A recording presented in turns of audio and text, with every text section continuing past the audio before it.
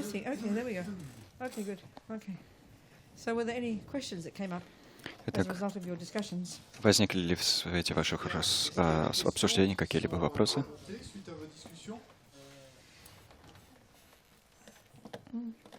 No. Wait. Ici. Microphone. One more coming. Microphone coming. Up here.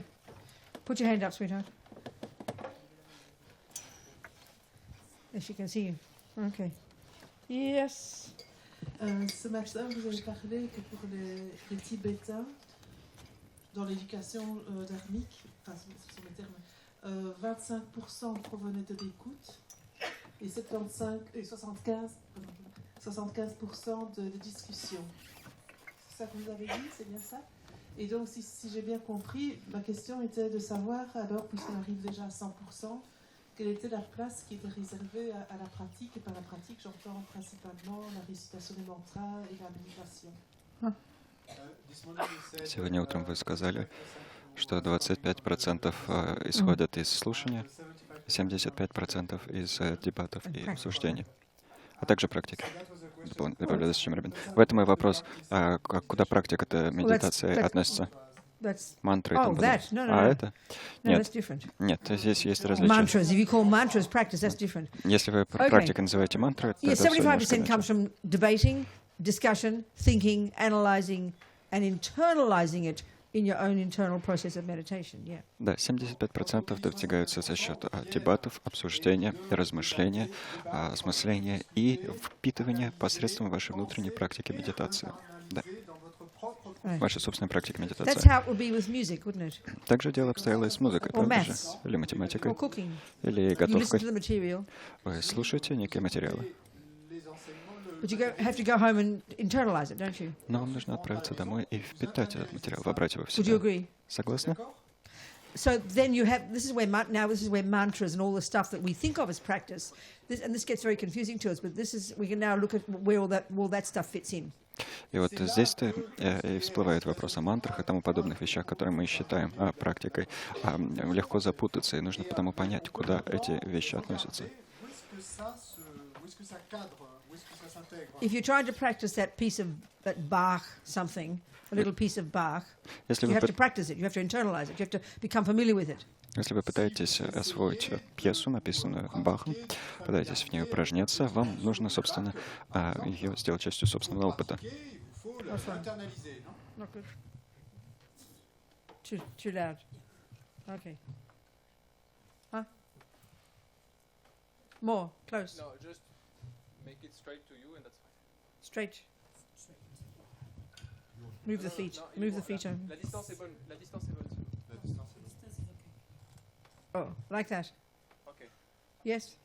You know, so but you would never be able to play that piece of Bach really well unless you've learned your scales and your arpeggios, would you? Но вы никогда не сможете сыграть превосходным образом указанную пьесу Баха, если не освоите сперва гаммы и арпеджио.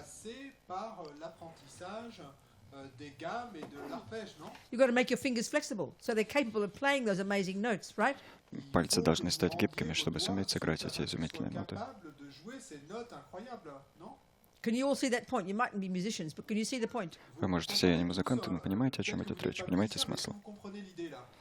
The point is to play that piece of Bach. Задача — исполнить пьесу Баха. But you have all these exercises you have to do that makes you capable. Но есть возможные упражнения, которые нужно выполнять, чтобы стать способным исполнить пьесу. You go to basketball. Если вы играете в баскетбол or football. Или футбол. You look at a genius guy play football, gets the goal every time. It looks so easy, doesn't it? Смотрите на то, как гений играет в футбол, каждый раз попадая в ворота, и думаете, ну это так просто, бум, и попал. Но вы ходите на поле, пытаетесь попасть в ворота, и все безнадежно оказывается.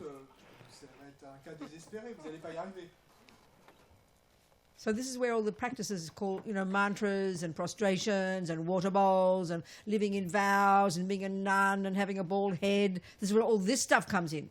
И вот сюда-то относятся все практики, подобные начитыванию мантр, совершению простираний, жизни в обетах, бытию монахини, наличию лысой головы и так далее. Вот куда они относятся. Основополагающая вещь в буддизме, основная практика — это изменение собственного ума. Bringing your mind into sync with reality. Сонастрой своего ума с реальностью. But our minds are so not capable. Но наши умы настолько на это не способны, настолько мало к этому способны, So this way it takes time to understand this. It just looks like religion, you know. что требуется время. Как раз уходит время на то, чтобы понять. Выглядит все это как религия, That is a reasonable point. и это было бы разумное соображение, конечно. I mean, look at these Tibetans, you know, all their pictures and the holy things and mantras, and I mean, you can't, you know, leave the Catholics for dead. Посмотрим на тибетцев со всей их атрибутикой, вот священные изображения, священные объекты, мантры и так далее. А католики в этом даже далеко отстают. So we really got to understand the function of that stuff, Нам нужно понять функцию всех этих объектов. and that takes time to see. А на то, чтобы ее понять, уходит время. Think about it. И потому нам приходится над It's этим like, you know, размышлять. developing your inner muscles so that you're capable of getting the ball in the hoop every time, so that you're capable of getting the goal in the thing every time. Это как бы развитие наших внутренних мышц, которые необходимы для того, чтобы суметь каждый раз попасть мячом в корзину или в ворота. We'll talk about this as we go along. Но мы об этом Does it make sense? побеседуем дальше по ходу дела. Понимаете смысл? There's a story about some, I think, a teacher or somebody. Есть история, кажется, об Атише. I think, you know. And one guy Кажется. came and said, "Oh, I just did my prostrations." Как-то к нему пришел один человек и сказал: «Я только что выполнил свои простирания». He said, "I'm very pleased. I want you to go and practice Dharma." А тот ему сказал: «Я очень доволен, но хочу, чтобы ты пошел практиковать дхарму». Oh, okay. Oh, I did my water bowls. Ну, ладненько. Что ж, я выполнил практику подношения I'm чаш с very водой. pleased for you, but I'd like you to practice Dharma. Я тобой очень доволен, но хотел бы, чтобы ты практиковал дхарму. So this practice Dharma is just Tibetan phrase for work on your mind. Эта фраза «практика дхармы», так тибетцы называют работу над собственным умом. Change your mind from deluded to virtuous. Изменение ума с помраченного состояния на добродетельное. Familiarize your mind with how things exist. Приучение своего ума к тому, как существуют явления. That's the actual practice. Вот подлинная практика. Okay. Someone else? Еще кто-нибудь? Какие-нибудь вопросы?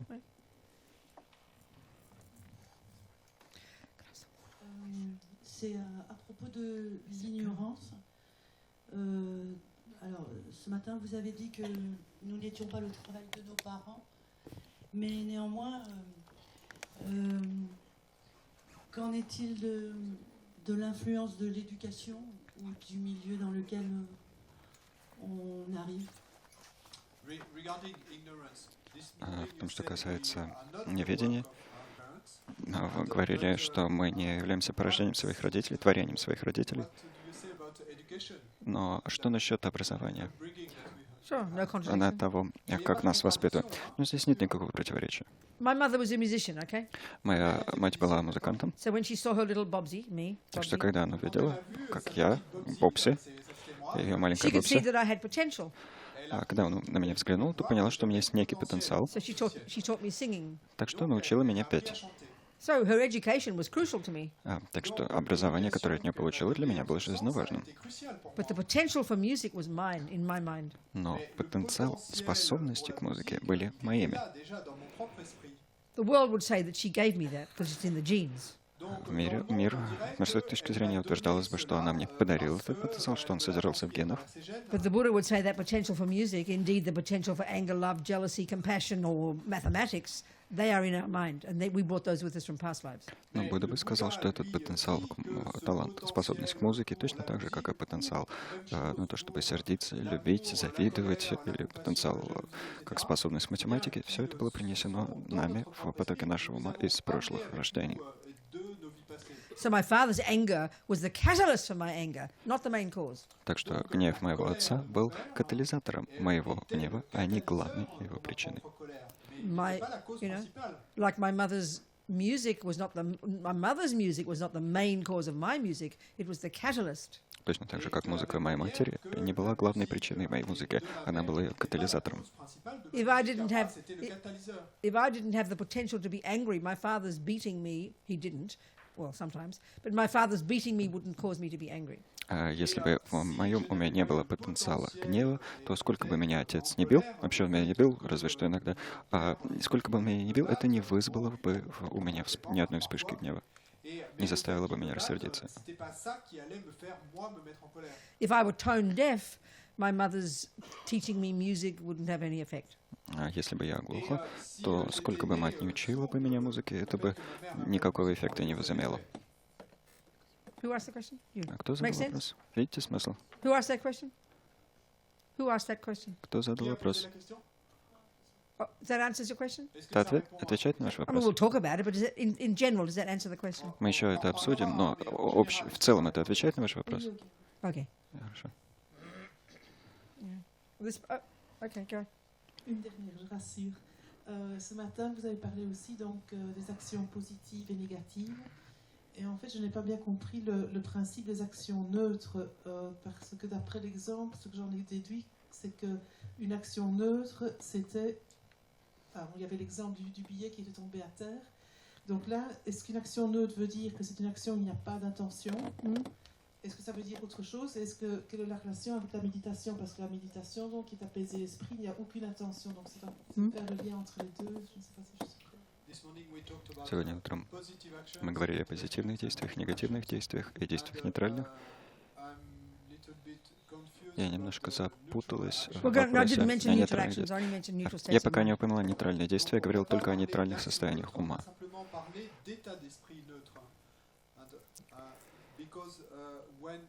Потому что, продолжение вопроса, потому что, например, в медитации медитация направлена на то, чтобы успокаивать ум. Кто так сказал? В соответствии с чем? Кто вам такое сказал? What's your source for that? Oh, is it? Okay. Well, we'll discuss Это ее Buddhism. понимание. We'll discuss Buddhism, okay? Мы We'll будем go into говорить, it all. We're going to go into it all, okay? мы It'll к этому come. всему The answer will перейдем. come. Мы разберем представление Будды по этой теме. Ответ на этот вопрос вас последует. Хорошо? Can you wait? Подождете? It will all unfold. Все само собой развернется, обещаю. Okay. Who else? Wait.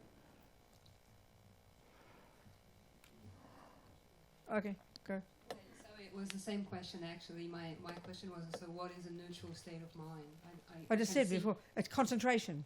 All these, Мой вопрос был такой, как all those bits and pieces что I такое? mentioned before, the things we know to function, to have concentration, to remember things, these things that are neither virtuous nor non-virtuous, they are the neutral states of mind. Can you see that, the distinction?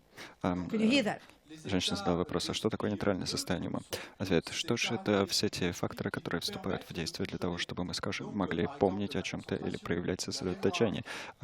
Сами по себе эти факторы не являются ни добродетельными, ни недобродетельными. В этом смысле они нейтральны, понимаете? Neutral's misleading. Слово «нейтральное» здесь сбивает с толку. It just means they're neither virtuous nor non-virtuous. Смысл просто в том, что они являются ни добродетельными, ни And we're going to go into недобродетельными. what those are. А мы, собственно, обсудим потом, что такое добродетельное и недобродетельное. Okay? Хорошо? Okay. Okay, go. Yes. This morning, someone asked a question and you said we were talking about destruction. Who? Destruction. Destruction? Yeah, of the world Oh, where are we going, he said. yeah. And Destruction. I said, yeah, look. we were wondering if it's fatality. That's the first question, and the second would be like, as humans, don't we have like a role to play, especially if we have interest in environment? Well, of course we do. Of course. It's, yeah. Je peux la faire en français aussi. Okay. Сегодня утром вы говорили о разрушении, как о том, к чему мы катимся. Не является ли это фатализмом? А второй вопрос, есть ли роль, которую мы, как люди, можем сыграть, скажем, если нам не безразлично состояние окружающей среды и так далее, спасение планеты и так далее? Ответ, разумеется, это и называется практикой. I mean, it's a very general response to what he said, you know. Разумеется, я дала очень общий ответ на то, что человек In other утром words, сказал. putting it in the Buddhist way precisely, if you see anger, jealousy, killing, lying, stealing, destruction, and you keep doing it, well, guess where it's going to lead you? It's pretty obvious. Иными словами, с буддийской точки зрения, если предаешься гневу, зависти, ревности, актам разрушения, убийства и так далее, то и продолжаешь эти вещи совершать, то легко понять, куда они тебя приведут. pas difficile d'imaginer où tout ça va nous mener. Of course, absolutely, it was our job. Donc, Yeah. oui, c'est To notre job, c'est change, notre... to change ourselves, therefore help change things out there. И, безусловно, наша работа состоит в том, чтобы изменять себя и посему менять то, что снаружи. So, okay. Any more burning questions? And then we'll Есть ли еще go on. какие-либо Okay. горящие вопросы? Behind you. Oh, okay, go. Go. Very quick one. This morning we discussed about mindfulness and the understanding of it in the French context. Because This word, the word referring to one very specific state of mind, which often is translated as memory, and which is the capacity to not forget what you're doing moment by moment. That's literally what it refers to. Сегодня утром No, all those words, I don't know about that. You could say that, I suppose, yeah, but it's awfully kind of romantic. Сегодня мы говорили утром об осознанности или пометовании. Зачем Робин продолжает? Да, и под этим мы подразумевали способность не забывать объект, не забывать мгновение за мгновением то, что ты осуществляешь.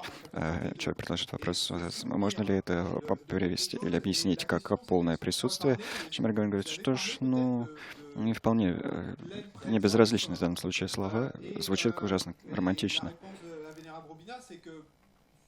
То, что вы сказали, звучит как-то ужасно романтизировано.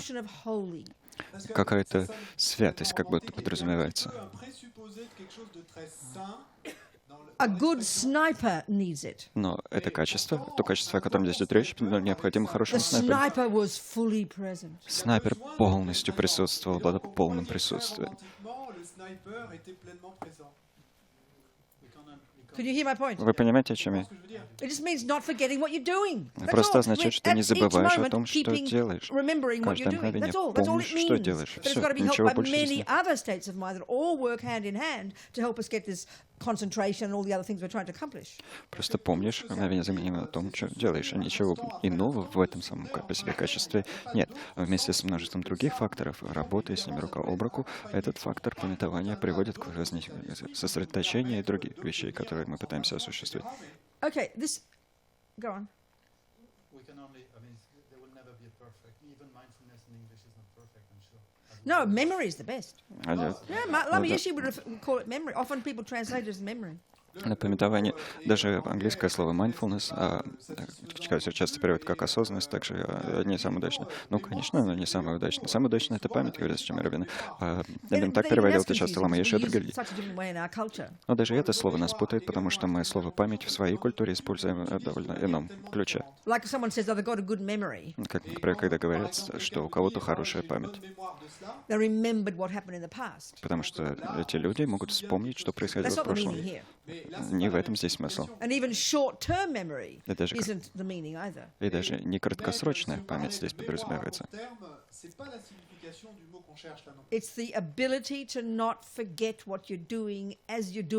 Но здесь речь идет о способности не забывать о том, что ты делаешь, когда это делаешь. Не забывание, не забывчивости. Go on.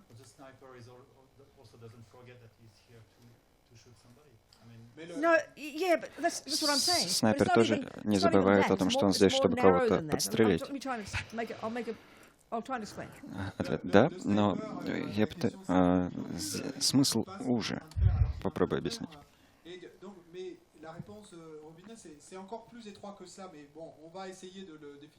Okay, this means we've got to look into the Buddhist model of the mind, how these states of mind function. Это означает, что нам нужно посмотреть на модель ума, которая предлагает Будда, на то, как эти состояния ума функционируют. Все они. So, again, we're not discussing the brain here. Keep remembering that. Помните, что мы здесь обсуждаем не мозг. Не забывайте об этом. We're discussing the actual cognitive process itself. Мы обсуждаем сам по себе когнитивный процесс. So, according to this Buddhist model, and indeed we would agree in our culture, there are thousands of different states of mind. В соответствии с этой буддийской моделью существует тысячи состояний ума. Yeah. So here, from this perspective, they're all divided into these three categories. There's no fourth category. И здесь, с этой точки зрения, они все разделяются на три категории. Четвертой категории не существует. There's one that's called negative. let's say broadly speaking, Категория, которую мы обобщенно можем назвать неблагой, is a conceptual state of mind. это концептуальное состояние ума. Ce sont des états d'esprit conceptuels. Let's say one called anger. Скажем, такое концептуальное состояние ума, как гнев. So it's shockingly, it's surprising to us. It's a conceptual state of mind. Нас шокирует, удивляет мысль о том, что это именно концептуальное состояние ума. C'est un état d'esprit conceptuel. That at its bare bones exaggerates the ugliness of a person, an event, a thing, or something. И на самом фундаментальном уровне она преувеличивает уродство какой-то личности или объекта или события. You know, I hate chocolate cake, we'll say. Ненавижу шоколадный пирог, сказали бы Well, мы. that's actually it's a viewpoint. First of all, its bare bones, it's a viewpoint. Во-первых, на базовом уровне это точка зрения. Это именно точка The зрения. chocolate cake is revolting. Шоколадный пирог омерзителен. So it's got an emotional component too, hasn't it? Также там есть и эмоциональный компонент, правда? Émotionnel dans cette affirmation. Especially when it comes to other people. В особенности, когда речь заходит о других людях. Parle d'autres That's what, personnes. that's what we mean by anger, the emotional component, isn't it? Именно это мы под гневом, именно это и подразумеваем, эмоциональный компонент. C'est la composante, c'est ça qu'on décrit, la composante The shouting, the émotionnelle. yelling, the screaming, the punching, the killing, the raping. Крики, вопли, удары, изнасилования, убийства. Et les actes de tuer, de viol, etc. All this is the expression of this bare-bone state of mind that is a habit in that person's mind. Все это выражение этого базового состояния ума, которое является привычкой в уме конкретного человека, En essence, qui est l'expression de l'état de l'esprit de cette personne, la manifestation, That's a viewpoint in that person's mind. точка зрения в уме этого конкретного человека. Deeply practiced. et qui est Точка зрения, которую этот человек много практиковался так много, что теперь это состояние стало спонтанным практически. ça c'est la composante. Это спонтанный компонент и есть эмоциональный компонент. Но в основе своей этот гнев — это мысль. Émotionnel, il y a la pensée.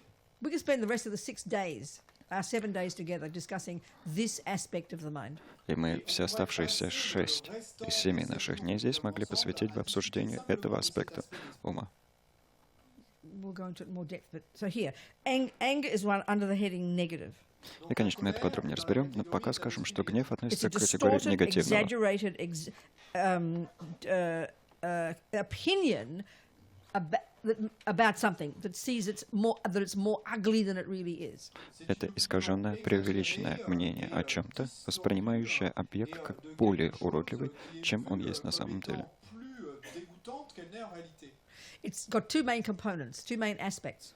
У него есть два главных компонента, две One главных is составляющих. that's easy to see. It's a disturbing state of mind. The person is very disturbed. Look at a person who's angry. They're disturbed. It's very clear. Один компонент, который легко увидеть, это то, что это беспокоящее состояние ума. Посмотрите на человека, который испытывает гнев. Он растревожен, De manière évidente, elle est он perturbée. But беспокоен. this other one, which I've indicated already, is the crucial one to understand. Но жизненно важно понять второй компонент, на который я уже указала. Et c'est vraiment celle qui est cruciale qu'il faut comprendre. Literally, it's a misconception. В буквальном смысле это в буквальном смысле заблуждение. It's a distorted, exaggerated assessment of that person. Искаженная, преувеличенная оценка этого человека, на который направлен гнев. Anger over-exaggerates the person's horribleness, ugliness, meanness. Гнев преувеличивает ужасность, злобность, отвратительность человека. One of the terms for this in Buddhist psychology is delusion. Один из терминов, которыми такого рода вещи называются в буддизме, называется омрачение. Difficile à traduire en français. L'anglais c'est délusion, mais on peut le traduire par on dit parfois hallucination. The more a person is caught up in this conceptual state of mind and the emotional component because of habit, Чем больше человек увяз в этом концептуальном состоянии ума и его эмоциональном компоненте в силу привычки, L'état d'esprit conceptuel qui est une habitude. the more wrongly that person appears to them. тем ошибочнее этот человек воспринимает указанный объект. All the negative states of mind, the delusions function like that. Все омрачения, все негативные состояния ума функционируют именно так. Il y a ce côté d'hallucination. The virtuous states of mind, on the contrary, Les états d'esprit Противоположность тому, добродетельные состояния are ума not disturbing. не являются d'abord, ils sont pas беспокоящими, perturbés, They're peaceful. ils sont paisibles. умиротворенные. And they're not distorted. They're not distorted. И они не Et искажены, ils ne sont pas не являются искаженными. distordus, déviés de la réalité. Affection or love. Приязнь или That's a любовь virtuous state of mind. Donc, добродетельное ce sont des состояние états ума. d'esprit vertueux. It's like defined as the wish that someone else be happy. Et И определение его le таково. souhait Желание, que чтобы quelqu'un кто-то d'autre был soit счастлив. heureux. It's connected to others. It's empathetic. Et Это donc, состояние ума la связано с connecter à другими, l'autre, завязано на c'est эмпатии. empathique. And it's, relatively speaking, seeing things accurately. И оно, относительно говоря, воспринимает вещи корректно. Voir les choses de manière exacte. Then you've got the third category, the ones that are neither of those. И вот третья категория. Состояние ума, которое не относится ни к благому, ни к There неблагому. are many of these. И таких состояний And they're all множество. cognitive states. И все это когнитивное состояние. Et des états d'esprit cognitifs. Okay, I know in the West we mentioned we point to the different parts of the brain when we mention these states of mind. Я знаю, что на Западе мы привыкли That's fine. смотреть на... Not discussing that here. Привыкли смотреть немножко иначе описывать состояние ума. We're Ну, discussing нормально, the мы говорим cognitive здесь не об process этом. itself. Мы здесь говорим о самих когнитивных процессах. C'est du processus cognitif lui-même. So, for example, in the Buddhist model of the Buddhist text that you study, Lorig, Например, в буддийских текстах, которые мы изучаем, текстах Ларик, it takes just 51 of these, as they call them in Buddhist psychology, mental factors. We call them states of mind. перечисляются 51 так называемый умственный фактор, там это называется умственными факторами, в то время как мы привыкли это называть просто состояниями ума.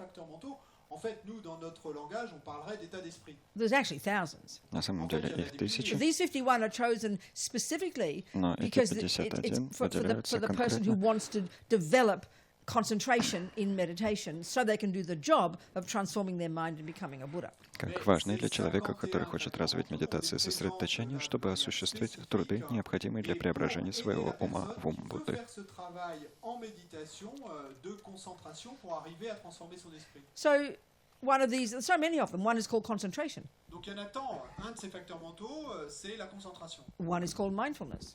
Одно из них называется сосредоточение, Good одно memory. Good memory. пометование, или One is хорошая called память. one is called discrimination.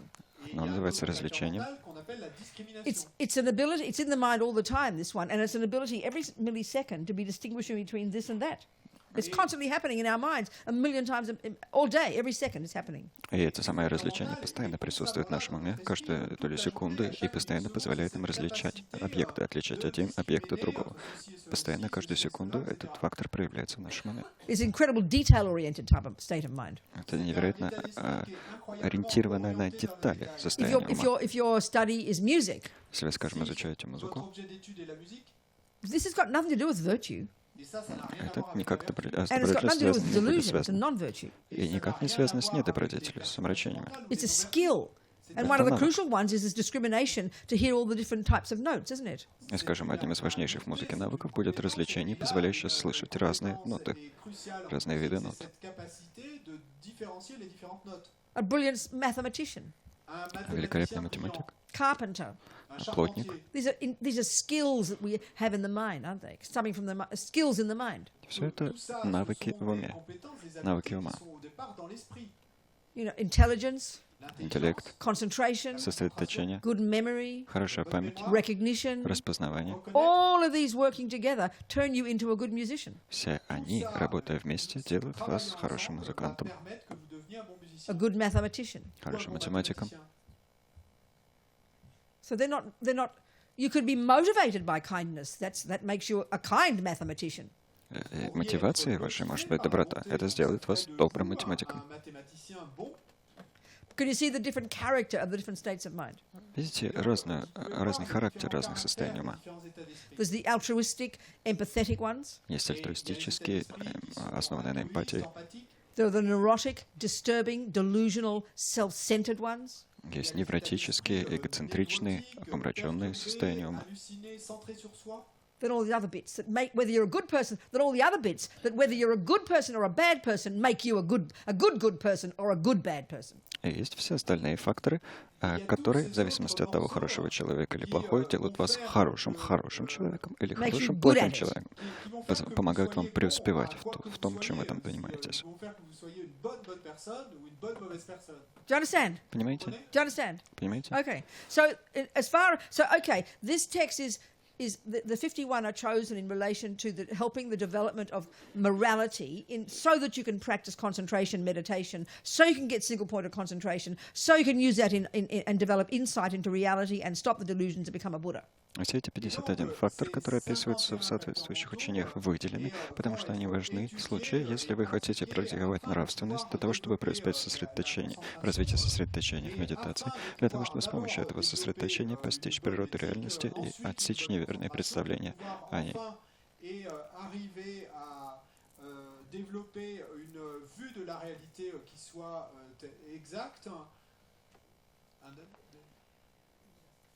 Et ensuite de devenir Bouddha. Yeah, something like that. So you know,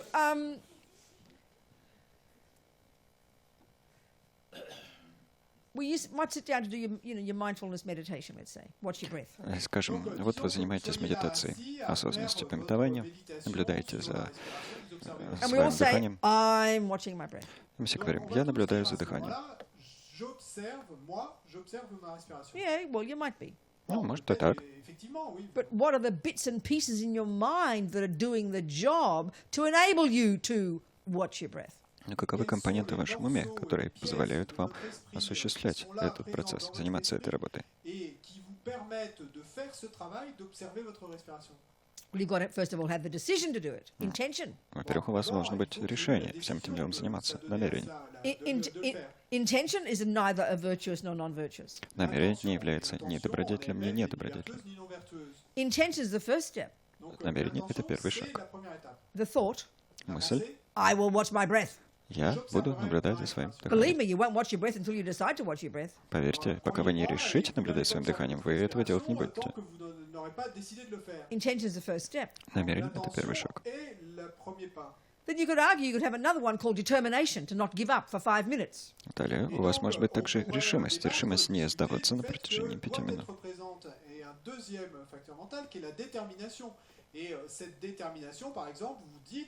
Et je n'abandonnerai pas pendant au moins 5 minutes. Then you have to have, then you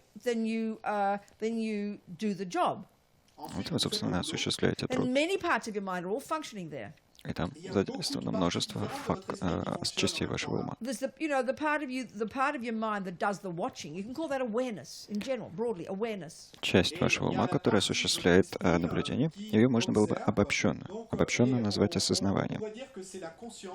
But you have to have another state of mind called discrimination. That's an ability in your mind to even recognize what breath is. Но должна быть присутствовать и другая часть вашего ума, другая компонента вашего ума, так называемая развлечением, и позволяющая вообще понять, что же такое дыхание, что же является дыханием. Already we've mentioned several states of mind, right? Мы уже упомянули несколько состояний The ума. technical side, the mechanics of your mind, И все. and they're all working together. But we just think, I'm watching my breath. И мы упомянули уже несколько состояний ума, несколько аспектов ума, и они все работают вместе, но мы не привыкли об этом думать. Мы привыкли думать просто «я наблюдаю за своим дыханием».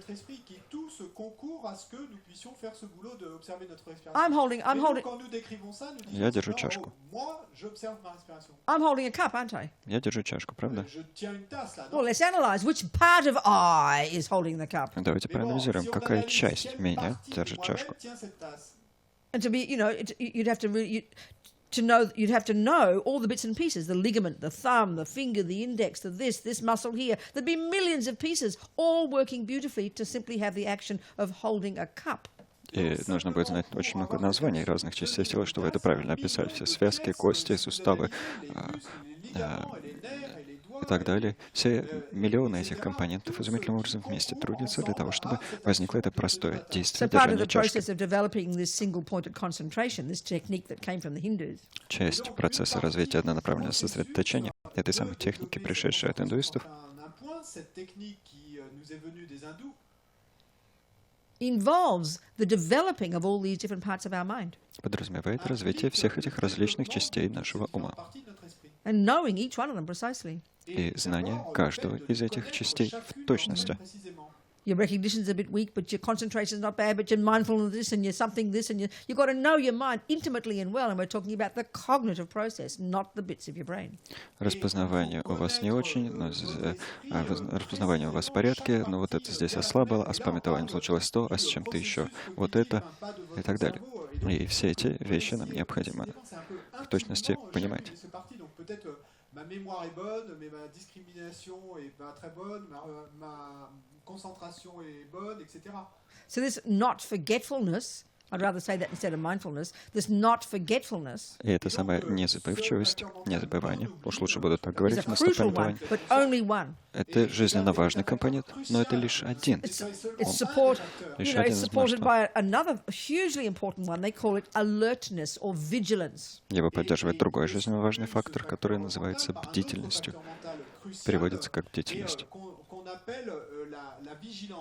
It's supported by concentration, supported by this, supported by that. А также подкрепляется сосредоточение, подкрепляет то, подкрепляет это. All working hand in hand И все они трудятся рука об руку to have the result of concentration для того, on чтобы the в breath. результате было достигнуто сосредоточение All the дыхания. bits and pieces of my hand working together to have the experience of holding a cup. Все компоненты моей руки трудятся вместе, что возник опыт, в котором я держу чашку. Возникло переживание So держать чашкой.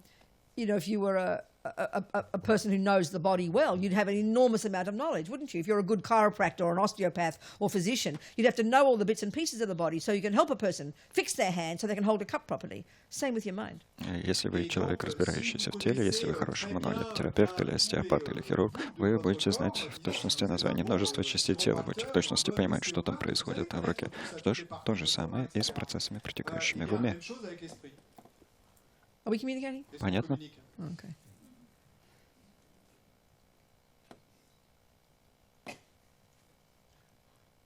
Yeah. Maybe we go on. Ну, давайте.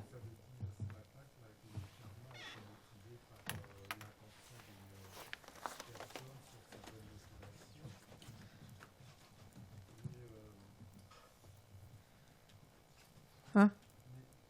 We're going to go all to this in detail. We're going to go into Le karma a été motivé par la bonne motivation, l'intention de la personne, mais souvent des gens qui font les actes criminels les plus élevés, des dictateurs, des terroristes, des gens qui ont déporté des millions et des millions de gens, étaient emplis de bonnes intentions et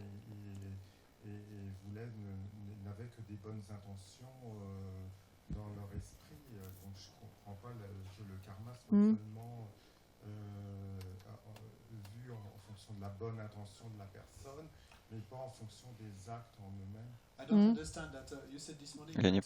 Вопрос, я не понял. Сегодня утром вы сказали, что карма — это No, I didn't say that. Нет, я I такого не didn't say говорила. that. Нет. Just the word intention. Что она основана на намерении. Но если мы считаем, скажем, примеры с диктаторами, которые депортируют людей, убивают множество людей, часто Oh yeah, but this is not намерение okay. было. Okay. Yeah, I understand. Часто That's not what we're намерение talking было. about. Не об I этом мы haven't здесь begun to говорим. even discuss it all yet. Я еще даже не начала Give me some рассматривать. time, we'll go into it. Не начала рассматривать этот вопрос. Дайте мне время, и мы эти вещи рассмотрим. Хорошо? And intention here doesn't mean motivate. That's Здесь- different. We'll go into all this. We'll discuss it now, in fact. Здесь намерение не подразумевает мотивацию. Ну, давайте прямо сейчас это и обсудим. Okay. Okay. Хорошо? Thank you. We'll go Спасибо. into it now. Okay. Сейчас к этому перейдем. Итак, Okay. So, as I'm saying, Buddha's saying every millisecond of our functioning day to day, whether you're an ant, a dog, or a human, not to mention other beings we can't see, what's going on is everything's driven by what goes on in the mind. Everything is driven by what goes on in the mind. как мы уже упомянули, по мысли Будды, каждое мгновение наших переживаний, будь мы муравей, собака, человек или, не говоря уже о тех существах, которых мы видеть не можем, которых мы видеть не способны, все, что происходит, все для наших переживаний полностью определяется тем, что происходит в нашем уме, происходящем в нашем уме. Basically, from the Buddhist perspective, our body and our speech are just the servants of our mind, you know. По сути, с буддийской точки зрения, наше тело и речь — лишь слуги нашего ума. Notre corps et notre parole ne sont que des serviteurs de notre esprit. The mind is the boss. Главным является ум. l'esprit qui est le boss. But because so much of what goes on in our mind is deeply habitual, the Buddha would say, because we practice it for countless lives and we come fully programmed with all these habits from the first second of conception, because they're so spontaneous and habitual, 99% of the time we're completely ignorant of what is going on in our mind. We're on autopilot. Поскольку эти вещи, происходящие в нашем уме, у нас глубоко вошли в качестве привычки, потому что, как сказал бы Будда, мы практиковались в этих вещах бесчисленное множество раз в прошлых рождениях, 99% происходящего в нашем уме мы даже не осознаем, просто функционируем на автопилоте. En fait, 99% du temps, complètement en pilote automatique, hein, et nous n'avons aucune conscience de ce qui se déroule dans notre esprit.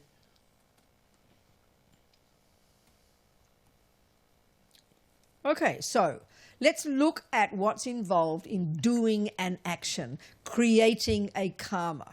Давайте же посмотрим, что же участвует, что же подразумевает совершение некого действия или совершение некой кармы, создание So we'll кармы. use one example of what the Buddha would call a negative action. Используем в качестве примера то, что Будда назвал бы негативным действием, неблагим действием. Action négative. Let's say called killing. Скажем, такого, как And he would suggest that убийство. killing any sentient being is a negative action. Будда бы сказал, что убийство любого живого существа — это действие неблагое. Est une action négative. But let's even step back a second and again look at what it is even. How do we define something as negative? According to whom? Но давайте еще один шаг назад сделаем и вообще зададимся вопросом о том, что же значит неблагое.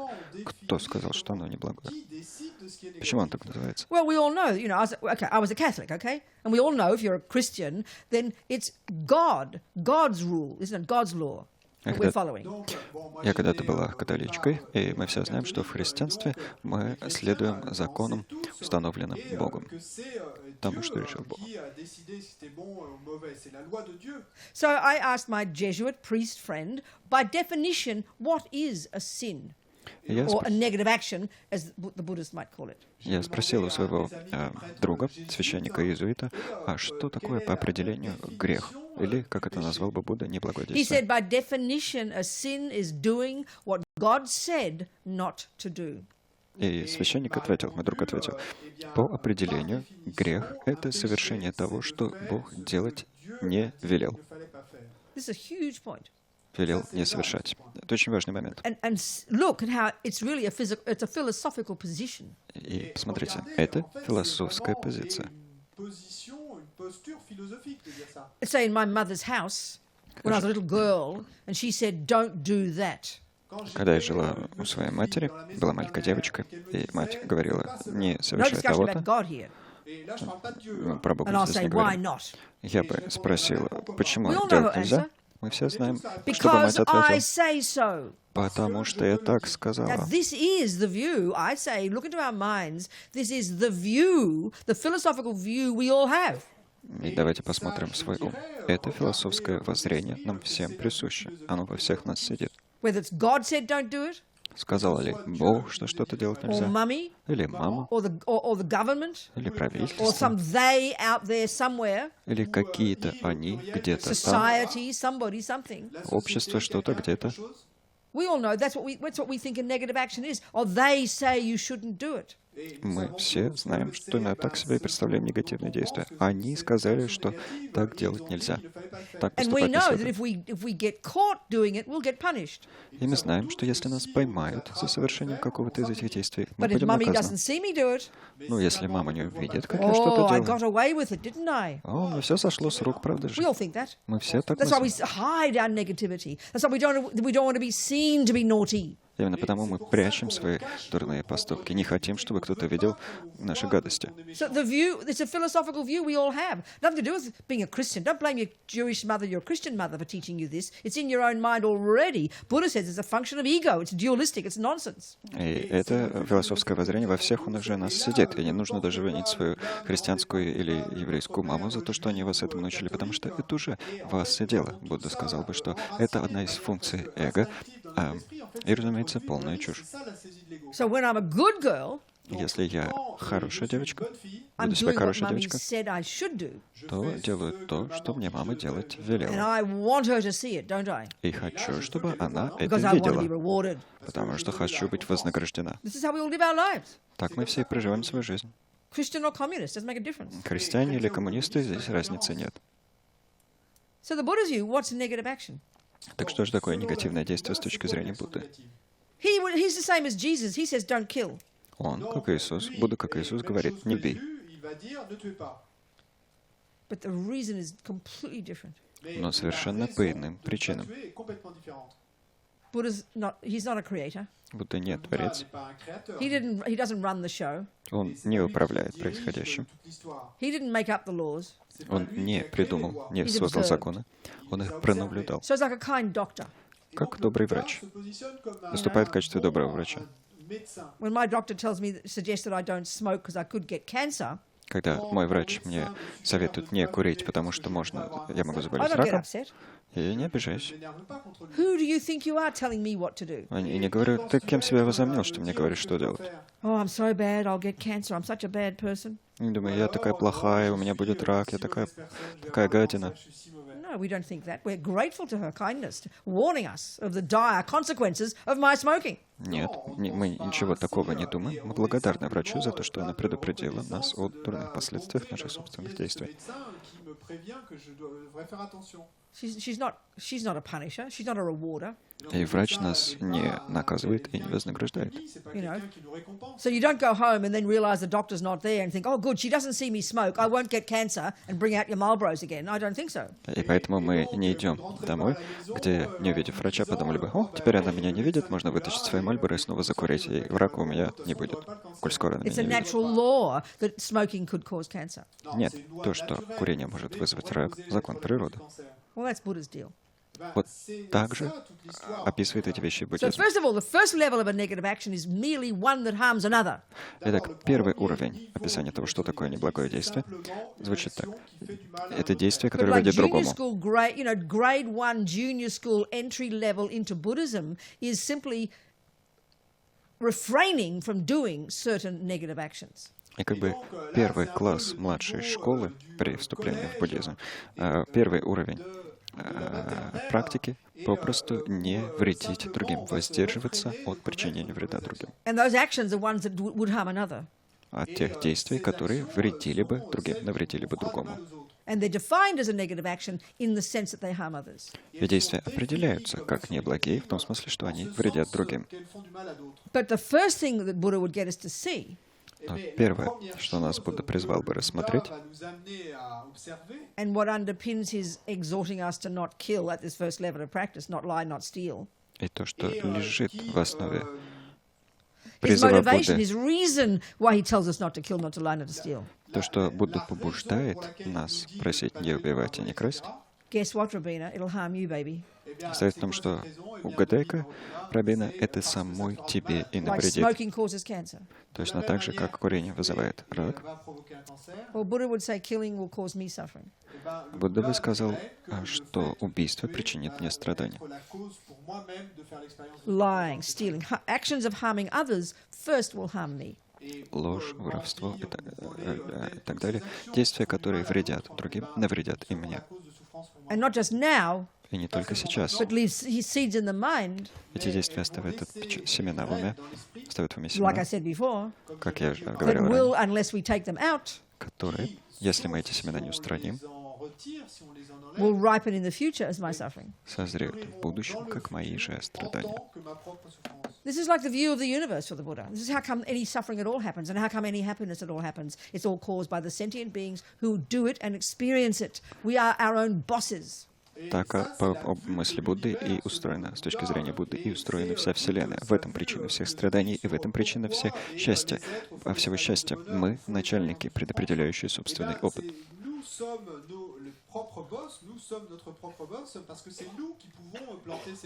So clearly this is not evident to us. Ясно, что для нас эти вещи не And then, of очевидны. course, because we think of it as religion, we assume it can't be proved. А поскольку мы считаем, что все это религия, то живем с допущением о том, что все эти вещи невозможно доказать. That what Buddha would call this natural law, this truth, Что это истина, то, что Будда называл этим законом природы, это истина, can't be cognized. не может быть познана. This is the assumption we have. Такое вот у нас It's an assumption допущение. we have because it's to do with something that seems abstract and religious, future lives. It seems so abstract and religious. We assume it can't be proved. Мы живем, We assume this can't be cognized as truth. мы живем с допущением о том, что поскольку эти вещи, относящиеся к перерождению, будущим жизням и тому подобному, вещи такие абстрактные, а они не являются чем-то, что можно познать как истину. So Не it's могут like быть if I'm познаны как Einstein telling истинные. you about my findings about relativity. А если бы я была Эйнштейном и рассказывала бы вам о своих открытиях в области относительности, Or whatever. And you чего don't even угодно, know that 1 plus 1 is 2 yet. а вы бы пока даже не знали, что 1 плюс 1 будет 2, The first thought will be, how can I know that's true? первая мысль, которая у вас возникла, звучала бы так: «А мне-то как понять, что это правда?» Well, where do you turn to find out? Куда нужно обратиться, чтобы понять, чтобы разобраться? The person who says they've seen it. К тому, кто утверждает, что эти вещи узрел. So I'll give you my findings, И вот я описываю вам свои открытия,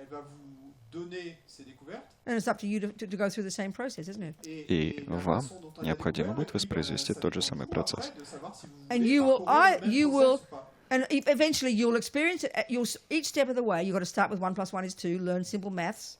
И делать это придется шаг за шагом. Начнете вы с того, что 1 плюс 1, освоите арифметику, And each step of the way, и на каждом этапе пути you'll experience it as true, each step. вы будете убеждаться в No, sorry, истинности experience it каждого. yourself. Вы сами на собственном опыте будете переживать тот или иной шаг. No, experience it for yourself Вы получите собственный опыт and verify it. и верифицируете его. It's not Проверьте like на a истинность. sudden flash, like in a dream. Oh, now I can see relativity. То есть не будет как словно бы вспышки посреди ночи, когда вы воскликнете: «О, теперь я узрел относительность». Нет, все будет происходить шаг за шагом. And then indeed you might get to the point where you can prove Einstein's wrong. И действительно, вы можете дойти до того уровня, на котором докажете, что Эйнштейн ошибался. He'll be happy to hear it. И рады будете это узнать. Same with the Buddha. То же самое и с Буддой. He might well be wrong. Он может и ошибаться. You got to start somewhere. Но вам нужно с чего-то You have to начать. start somewhere. Вам нужно с чего-то He's начать. done his job. He's happy. Он-то свою работу выполнил, он счастлив. It's up to you Решать вам. to take it on board as your hypothesis. От вас зависит, примете ли вы это в качестве своей гипотезы. Because Buddha was a regular guy like us Потому что Будда когда-то был обычным парнем, как мы. who came to these observations. Обычным парнем, пришедшим So his к этим methodology is выводам, all there. к этим наблюдениям. Вся его методология ясно описана. It's up to us. Все зависит от нас. So, okay, let's look at the way, look at what's involved in our doing a negative action of killing that mouse in your kitchen. Давайте посмотрим, что вовлечено в совершение нами неблагого действия, убийства мыши у себя на кухне, в качестве примера. This is a simple example of an action that's called a complete action. Это простой пример действия, которое называется действием завершенным или полным. That would leave seeds in the mind, Действием, которое оставит в уме семена, that will ripen in the future которые в будущем созреют, as a type of rebirth. как конкретный вид перерождения, как некий вид One of the four перерождения. ways our karma ripens. Помните, это один из 4 способов созревания кармы. Okay, so the first thing has to be the object. In this case, a living mouse. Первым элементом должен быть объект, в данном случае живая мышь. The second is really the presence of mind in this action. This is massive, and there are 3 parts to this. Второй фактор, второй элемент — это, собственно, присутствие ума во всем этом процессе. Это жизненно. Это очень важный So компонент. В нем 2A 3 части. is this state of mind called discrimination or recognition. The 2 of the English words they use for this particular state of mind that can observe that it is that mouse. You're being precise. It's that mouse. Итак, Recognition or discrimination? What do you call it? пункт 2а. Распознавание или развлечение. Так называется двумя словами. Но это же состояние ума, которое позволяет вам распознать, что это конкретная мышь.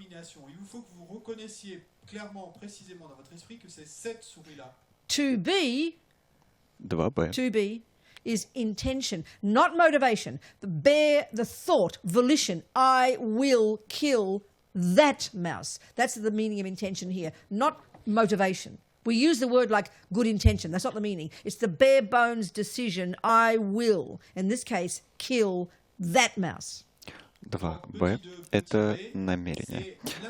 Не мотивация, именно намерение, волеизъявление, обнаженное намерение. Я убью эту мышь. You know, if you see me walk out that door, Если вы увидите, что я выхожу за unless дверь, I'm being forced, если меня к этому не принудили, если Франсуа не заставил меня выйти из комнаты,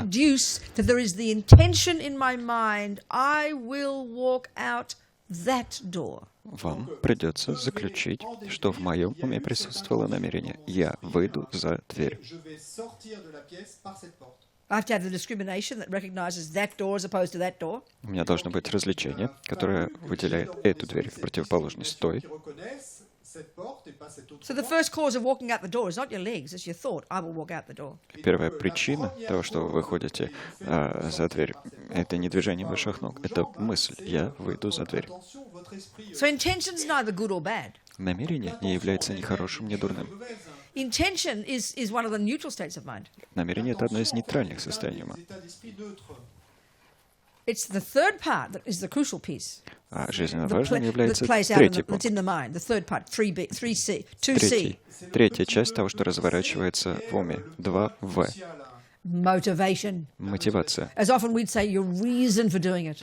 Как мы часто это называем, мотив, побудивший тебя что-то совершить. Причина, в силу которой ты что-то совершаешь. Робин, ты почему за дверь пошла? Ну, просто захотелось. Почему ты за дверь вышла, Робин? Пойду убью Франсуа, потому что он там снаружи. Ты почему выходишь за дверь, Робина? Спасу Франсуа, он там тонет.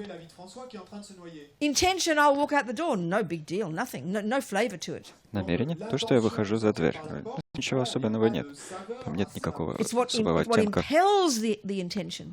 Но важно то, что подталкивает это намерение. Именно то, что подталкивает это намерение и придает оттенок кармическому действию. То же самое и с убийством. Это нам может казаться шокирующим. Но убийство — это просто плохо. В всяком случае, при мысли о людях мы так думаем. Нет, все зависит от мотивации. You could argue still killing is a negative action simply because a mouse does not want to get killed. That's easy to prove. No one wants to get killed. So from that perspective, Buddha would say, broadly speaking, a negative action one that harms another. Good enough. Можно все равно сказать, что убийство в любом случае является негативным действием, потому что мышь не хочет быть убитой. Это доказать легко, никто не хочет быть убитым, и из этих соображений, соображение о том, что неблагое действие — действие, которое ведет к другому, из этих соображений убийство — действие дурное. Okay, the third component in this four steps of the action, the third one is I kill the mouse. Oh, I didn't look at my motivation yet. Sorry, let's say in my case, my motivation is aversion, anger. Ну, давайте посмотрим на мотивацию. Скажем, в моем случае мотивацией является отторжение или гнев. Это обычная причина для убийства. So in the Buddhist model of the mind, there are three fundamental delusions. В буддийской модели есть три основополагающих омрачения. There's the root delusion called ignorance. Есть коренное омрачение, которое называется неведением. In Tibetan, ma-rigpa. По-тибетски марикпа. Unawareness. Неосознавание. That's got massive kind of energy about it. We're going to go into it. И в этом неведении сокрыта невероятная энергия. Ну, это подробнее. So one of the consequences in daily life is kind of stupidity, ignorance, not having wrong views, really like believing in eye for an eye, racist, sexist, fundamentalist, you know, really narrow-mindedness. That's one of the functions in daily life of the conventional level of what they call ignorance. Одно из проявлений одно из следствий этого самого неведения на повседневном уровне — это все наше скудоумие. То, что мы действительно, скажем, верим в принцип око за око, или придерживаемся расизма, сексизма, фундаментализма и так далее.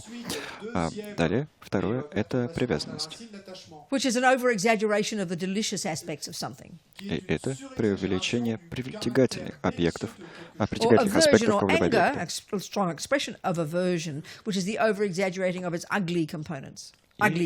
И есть отторжение или гнев, а гнев — это мощное выражение отторжения, которые преувеличивают негативные черты объекта, отталкивающие черты объекта.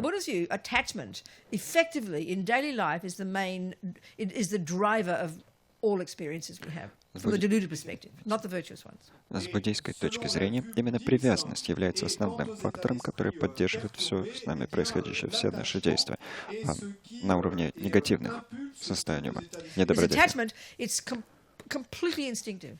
И эта привязанность глубоко инстинктивна. It's a second nature.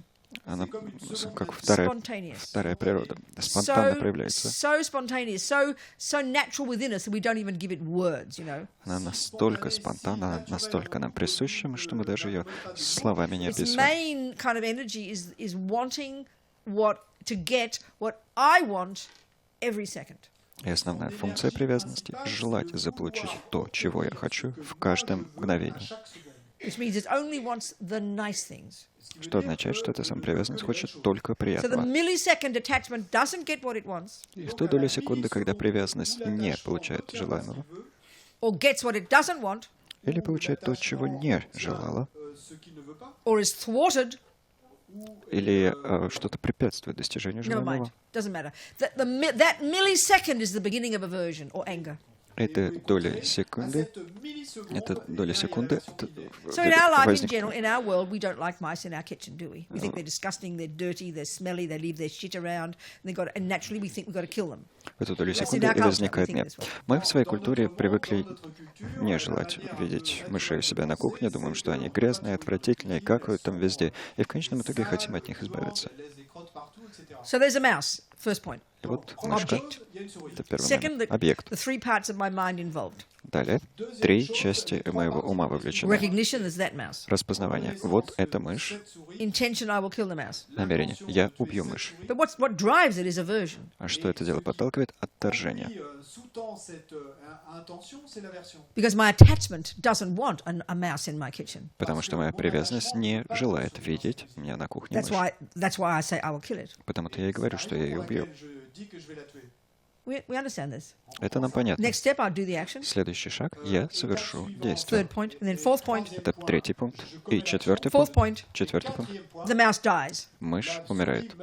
and I rejoice. И я радуюсь. That's called a complete action of killing. Вот это все называется полным действием убийства, завершенным действием убийства.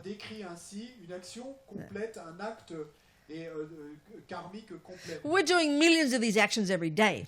Мы совершаем миллионы этих действий каждый день. And because attachment is so primordial, И поскольку привязанность для нас является вещью столь it's the изначальной, main one of the negative ones in daily life. поскольку на повседневном уровне это главное из неблagих Effectively, состояний. in daily life, it's the negative state, the negative state of mind that drives us. По сути, на повседневном уровне это главное неблагое состояние ума, которое нами движет. So every second, like I said, attachment wants what I want.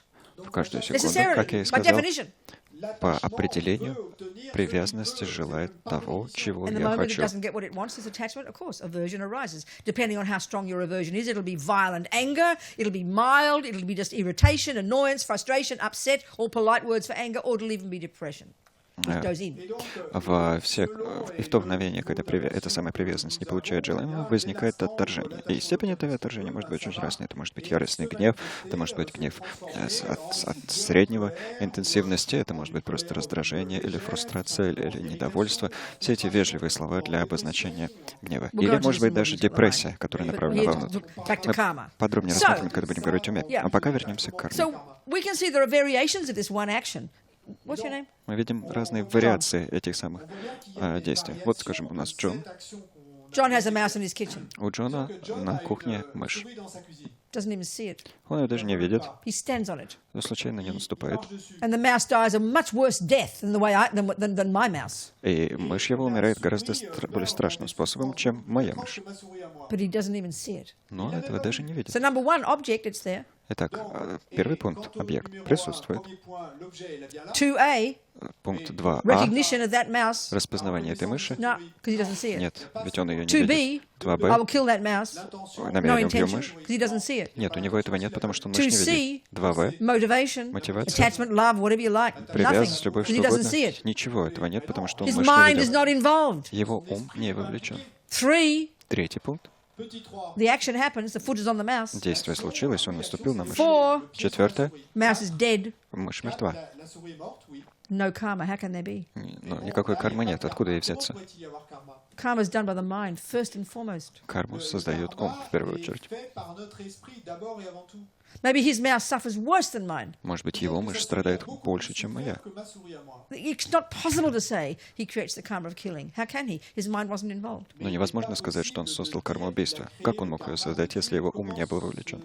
You know, Son esprit n'était pas impliqué. just like that 50 euros that fell out of my pocket. Как в примере с 50 евро, которые выпали The из homeless person моего gets it, they're happy. кармана. Да, человек бездомный находит эти деньги, он радуется. I don't even know what happened. А я даже не знаю, что My произошло. mind was not involved. Мой ум не был There вовлечен. cannot be a karmic imprint in the mind, which is where karma is imprinted, in the mind, because the mind wasn't involved. И не может остаться кармического отпечатка в уме, а именно в уме кармические отпечатки остаются, потому что ум в этот процесс в данном случае не был вовлечен. So let's say you have a mouse. Скажем, у вас Annie has есть, a mouse. есть мышка, вот у Ани есть Number мышка. one, recognition. Первый пункт — распознавания. No, sorry, first one, object. Первый объект Living mouse. — живая мышь. Next one, 1A, recognition. Дальше 2А — That is the распознавание. mouse I will kill. Вот мышь, которую я убью. 2B, intention, I will kill the mouse. 2Б — намерение. Я убью мышь. 2C, 2В — motivation, мотивация, La motivation. compassion. сострадание. She sees the mouse is suffering. Она видит, что мышь страдает. She's crying in tears of compassion for the mouse. Плачет от сострадания к мышке. Elle pleure et elle a des larmes par compassion pour cette pauvre souris qui est en train de souffrir. And she, like a lot of people in our culture, think killing it will stop its suffering. И как и многие люди в нашей культуре, она почему-то думает, что убийство положит конец страданиям мыши. Cette souris, eh bien, va mettre fin à ses souffrances. 3, Третий пункт. 3, Petit 3. she does the action, Она совершает действие, kills the mouse. убивает мышку. 4, Четвертый. the mouse is dead, Мышь мертва, she's happy. а они радуются. Completely different karma Но это будет совершенно иная карма. Complètement différent. because of that one piece called В motivation. силу этого компонента, который называется мотивация. Petit point, le petit 2, petit c, qu'on appelle la motivation. Now, that doesn't mean she helped the mouse at all. Это вовсе не означает, что она помогла мыши. Du tout aider la souris. As Lama Zopa says, meaning well is not enough. Как подчеркивает Лама Сопа, недостаточно желать лучшего. Vouloir le bien n'est pas suffisant. Hein? Avoir de bonnes intentions We n'est pas need suffisant. wisdom. Нам нужна J'ai мудрость. besoin de la sagesse. You know, I've got a headache. У меня болит голова. Annie has some pills, У Ани есть таблетки. Annie a des médicaments. and she's got such compassion for me. Она мне так сострадает. But she forgets which pill was the cyanide and which pill is the aspirin. Она очень мне сострадает, но забыла вот. Так же получилось, какая таблетка цианид, а какая аспирин. De l'aspirine. Well, I'd rather her mind her own business and keep me with my headache, please. Но в этой ситуации я предпочла, чтобы она своими делами занималась и оставила меня And don't play Russian roulette головной болью. with И my не, headache and with me. и не играла бы со мной в русскую рулетку. Russe avec mon mal de tête avec moi. Well, that's what Buddha's saying about killing a mouse. Вот. То же самое Будда говорит и об убийстве Or your мыши. grandma, for that matter. Или убийстве собственной бабушки, если уж на то пошло. Oui, ou tuer votre grand-mère. Hein, mais Of course, we have to take on board here Buddha's view that the consciousness of that mouse will continue after it leaves that mouse body and it will take another life.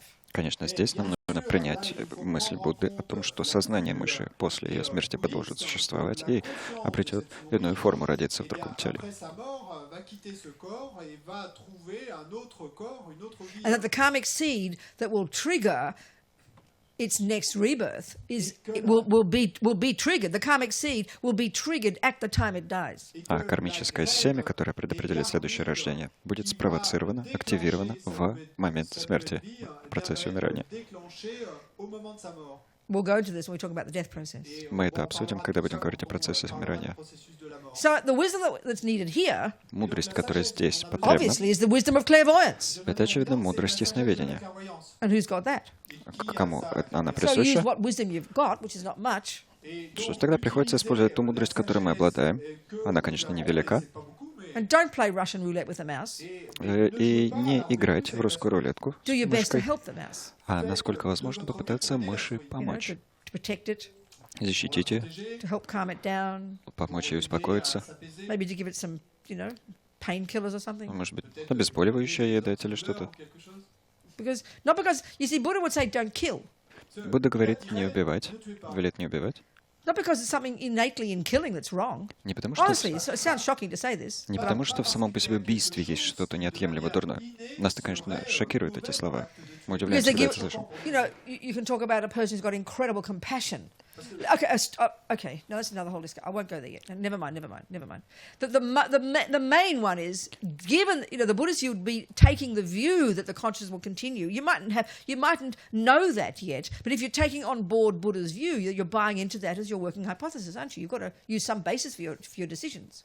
Мы здесь принимаем утверждение Будды о том, мысль Будды о том, что сознание продолжит существовать после смерти, и с ним дальше что-то случится. Нам, может быть, это пока и неизвестно, но это часть буддийской модели, и если мы ее принимаем в качестве своей гипотезы, то и вот эту часть с ней тоже соглашаемся. И вот мы хотим помочь своей бабушке спокойно умереть. Помогаем ей, собственно, успокоиться, пребывать в спокойствии. А умрет она, когда будет к тому готова. То же самое и с мышью. И тем не менее, несмотря на все это,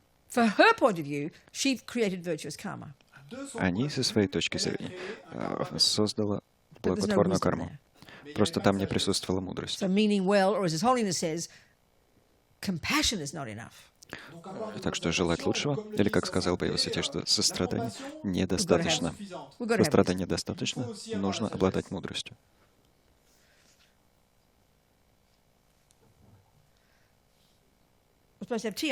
Мы должны же на чай прерваться, да? Сейчас? Кажется, сейчас было бы хорошо. Да, все говорят. Я вижу, что у вас будет много вопросов. Сейчас прервем, пока прервемся на чай.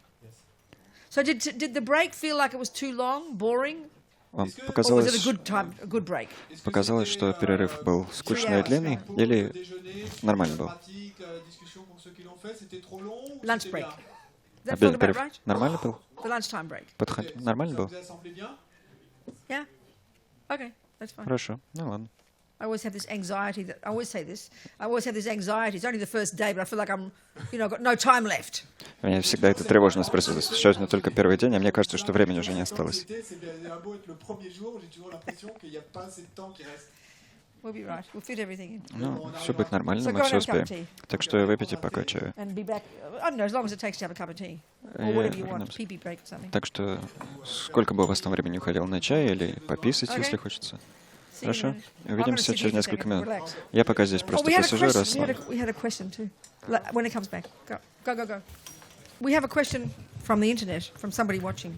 Итак, мы получили вопрос из интернета. Через интернет получили вопрос от человека, который смотрит трансляцию. Donc la question c'est comment peut-on concilier les deux points de vue suivants qui me paraissent contradictoires. Il n'y a pas de moi propre. Et deuxième point de vue, nous avons chacun une conscience, un karma propre différent d'un individu à l'autre. Autrement dit, les séries de consciences auxquelles on appartient ne sont-elles pas une autre façon d'envisager un moi permanent? How to Как? How to make the two points of view. Как примирить две точки зрения, которые, кажется, друг другу противоречат. Первое. Нет никакого конкретного меня, никакого конкретного я. Второе. У каждого из нас есть свой ум.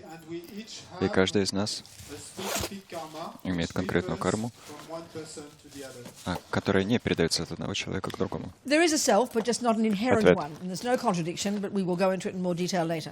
Ответ. Есть я, но нет я неотъемлемого. Так что никакого противоречия нет, но мы более подробно рассмотрим это позже.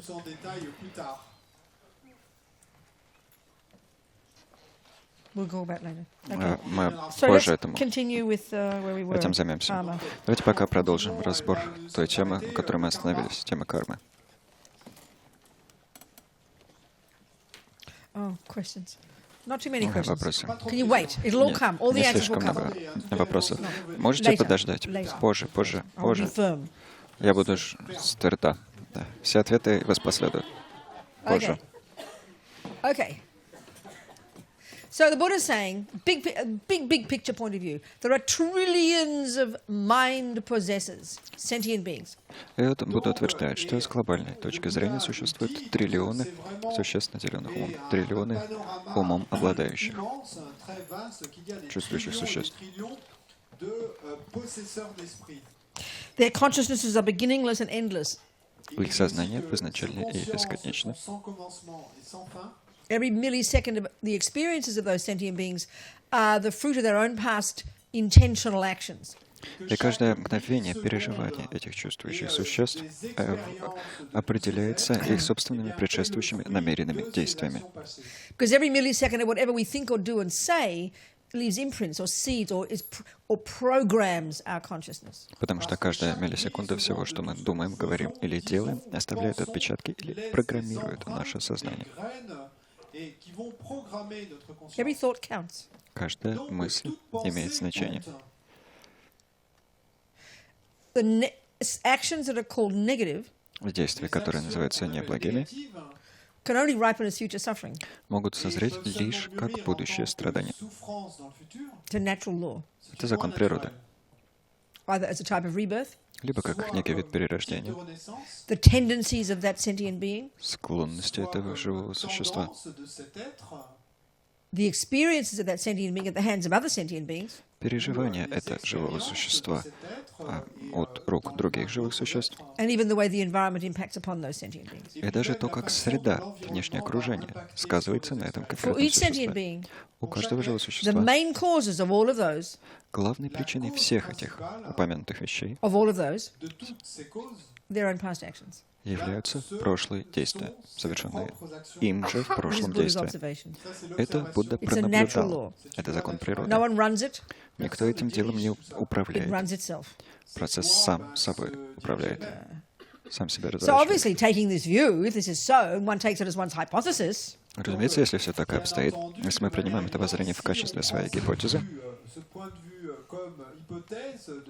the starting point has to be, you know what, hey, I don't want suffering. точка отсчета должна быть мысли. Эй, я не хочу страдать.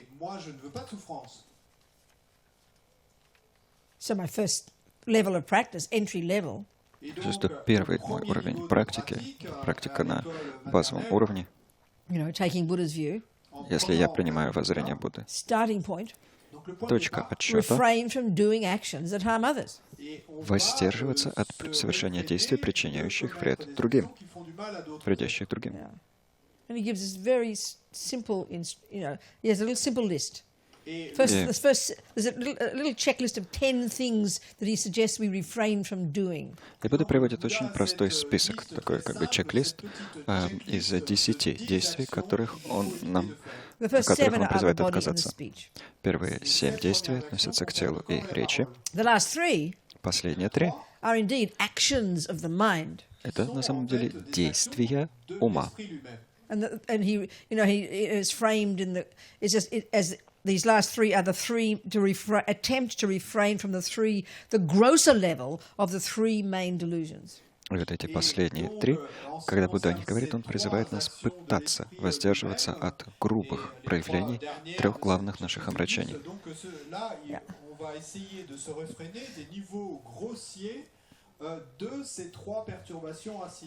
So the first 3 are the actions of the body. Первые 3 в списке из 10 — это действия тела, Killing, убийство, killing any sentient being, убийство любого живого существа,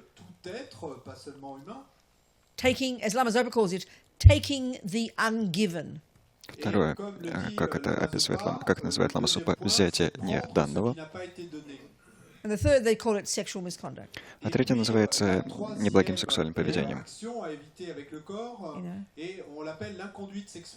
Jumping on someone else's partner, Когда мы запрыгиваем на чужих партнеров, or cheating on yours, или изменяем собственным, or raping, или насилуем. Actions that involve our body. Действия, в которые вовлечено наше That тело. necessarily, we can see, are actions that are driven by attachment or anger. И все это действия, как мы видим, которые мотивированы привязанностью или гневом. They're actions that are defined as actions that harm others. Эти действия определяются как действия, вредящие другим. But the first level of understanding of it for our own practice has to be, the motivator has to be, because these will harm me and I am sick of suffering. Guess what? Но базовый уровень понимания, который нам необходим, чтобы начать воздерживаться от этих действий, состоит в том, что эти действия причинят вред мне. Мы понимаем, эти действия причинят вред мне, а я устал от страданий. Я страдать не хочу. And this takes time. This motivation that I don't want to kill because I don't want suffering, that takes time. А чтобы это понять, чтобы развить мотивацию, подразумевающую «я не буду убивать, потому что не хочу страдать», на развитие этого понимания или этой мотивации требуется время. And Buddha says it's a natural law. Будда утверждает, что все это закон природы, и в этих действиях нет ничего, что можно было бы назвать грехом. Речь совсем не о том, что это грехи. Страдания, которые мы будем переживать вследствие совершения этих действий, по мысли Будды, никак не связаны с тем, что нас кто-то будет наказывать.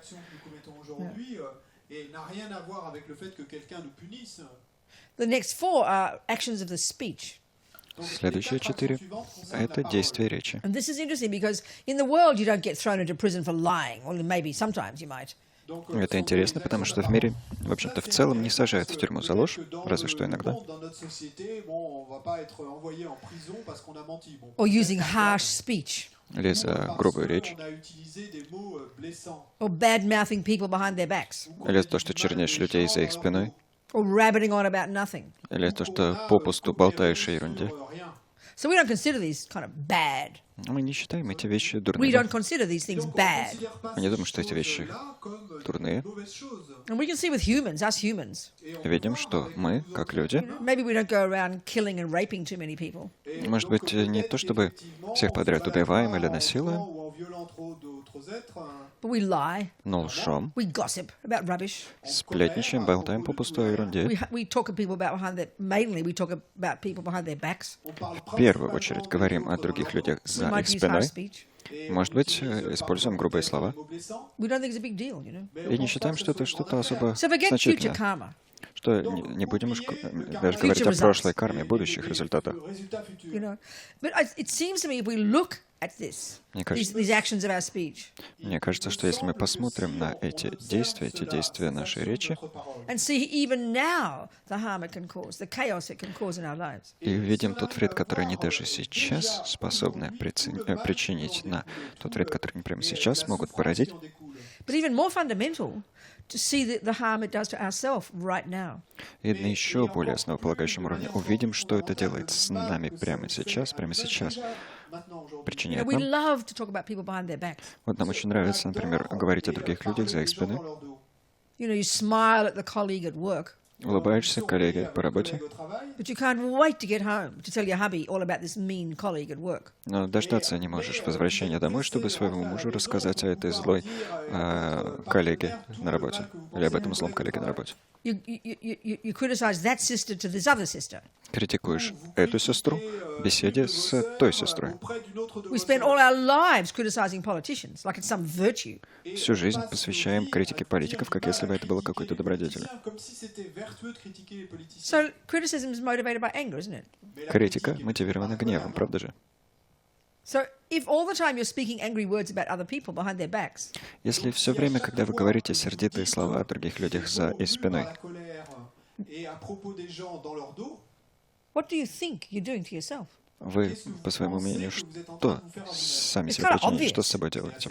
Весьма Because очевидно. we're so caught up in the moralistic idea of a bad person and good person, Поскольку мы так увязли в моралистических представлениях о том, что такое хороший человек, что такое человек дурной, and we're doing it in the safety of our home, и беседы эти ведем в защищенном пространстве собственного дома, we simply don't notice the result for ourselves. It's constantly stirring up your anger, which makes you miserable. It's so obvious, you know. мы попросту не замечаем, как эти беседы сказываются на нас самих, не замечаем, что они раздувают наш собственный гнев, что, в общем-то, весьма очевидно.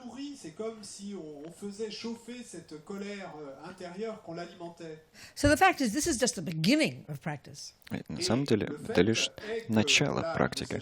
Эти вопросы — это лишь You know, начало we think, oh, практики. being a Buddhist, meditate. Мы думаем, буду буддистом, стану медитировать. Excuse me, that's high school. Это, извините, уровень старшей школы. Controlling your body and speech is junior school. А контролировать свое тело и речь — это школа младшая. And we know that you can't qualify for high school until you've accomplished junior school. И мы знаем, что в старшую школу не поступишь, пока не окончишь школу младшую. So if you're all the time uncontrolled speech, Если постоянно uncontrolled body, если мы постоянно не контролируем fulfilling свою речь, attachments and anger's needs every minute, свое тело, постоянно исполняем нужды гнева и привязанности, it's a joke to try to meditate. смехотворно было бы пытаться медитировать. There's a way, one packaging of Buddha's teachings called the 3 higher trainings. Есть такой способ упаковать буддийское учение, который называется «3 высшие тренировки». The third, which is the goal, is the development of wisdom. Третья из этих тренировок, она является целью, это развитие мудрости, которое противоположно неведению. The direct cognition of how things exist. Развитие прямого познания того, как все существует. Это цель. But you can't have that without the second one. Но этого не достичь без второй из тренировок, Which is this single-pointed concentration. это направленное This сосредоточение, amazing state of being. изумительное состояние существования, бытия, Accomplished through this extraordinary technique that the Hindus invented. достигаемое посредством необычайной техники, которую некогда придумали индуисты, Where you've accessed subtler levels of your mind, где мы открываем себе доступ к более тонким уровням своего ума, having completely subdued the grosser levels, полностью усмирив уровни более грубые, and have effortless clarity, достигнув свободной от усилий ясности, effortless focus. свободную от усилия фокусировки. Then you're ready to get some wisdom. Вот когда у нас это есть, мы готовы развить некую мудрость, обрести некую мудрость. But you can't possibly have the second one until you got the first one. Но вторую тренировку не разовьешь, пока не осуществишь первую, без наличия первой. That's called the practice of morality or ethics. Первая называется практикой нравственности или этики. And that's called controlling your body and speech. И вот это и называется контролировать свои тело и речь. It's a logical progression. Это логическая последовательность, логичная последовательность.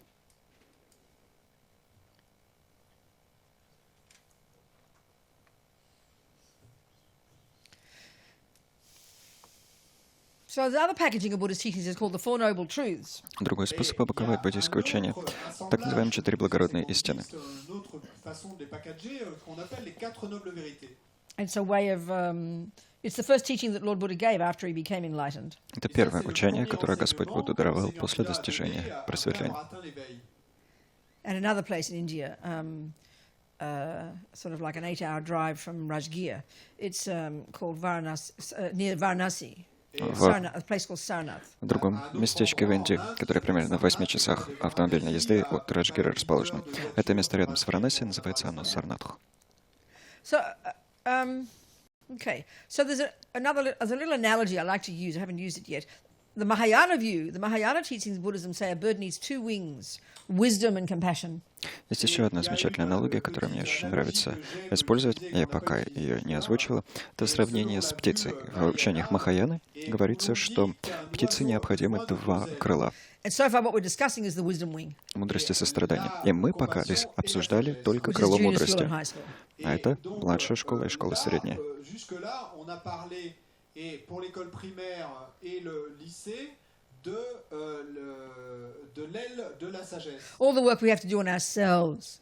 Все эти труды, которые нам необходимо осуществить над собой.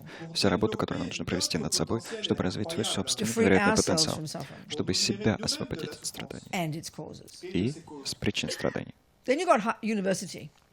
А дальше идет уровень университета, и это крыло сострадания. That's the bodhisattva component. Бодхисаттвинский компонент. Yeah. So we're seeing it in the context of the Mahayana, which is the goal of Buddhahood. И все это мы рассматриваем в контексте Махаяны, которая для нас является целью. So the Four Noble Truths. И вот 4 благородные истины. Первая из них гласит, есть страдания. And Buddha proceeds to lay it out, you know, the 3 levels of suffering. И Будда дальше разбирает этот вопрос, оговаривает 3 уровня страданий. The suffering of suffering, Страдания, the страдания, suffering of change, страдания перемен or pervasive suffering. и всепронизывающие The страдания. second one is there are causes of this suffering. Вторая истина — у этого страдания есть причины. The third is, guess what, folks, you can get free of it. Третье.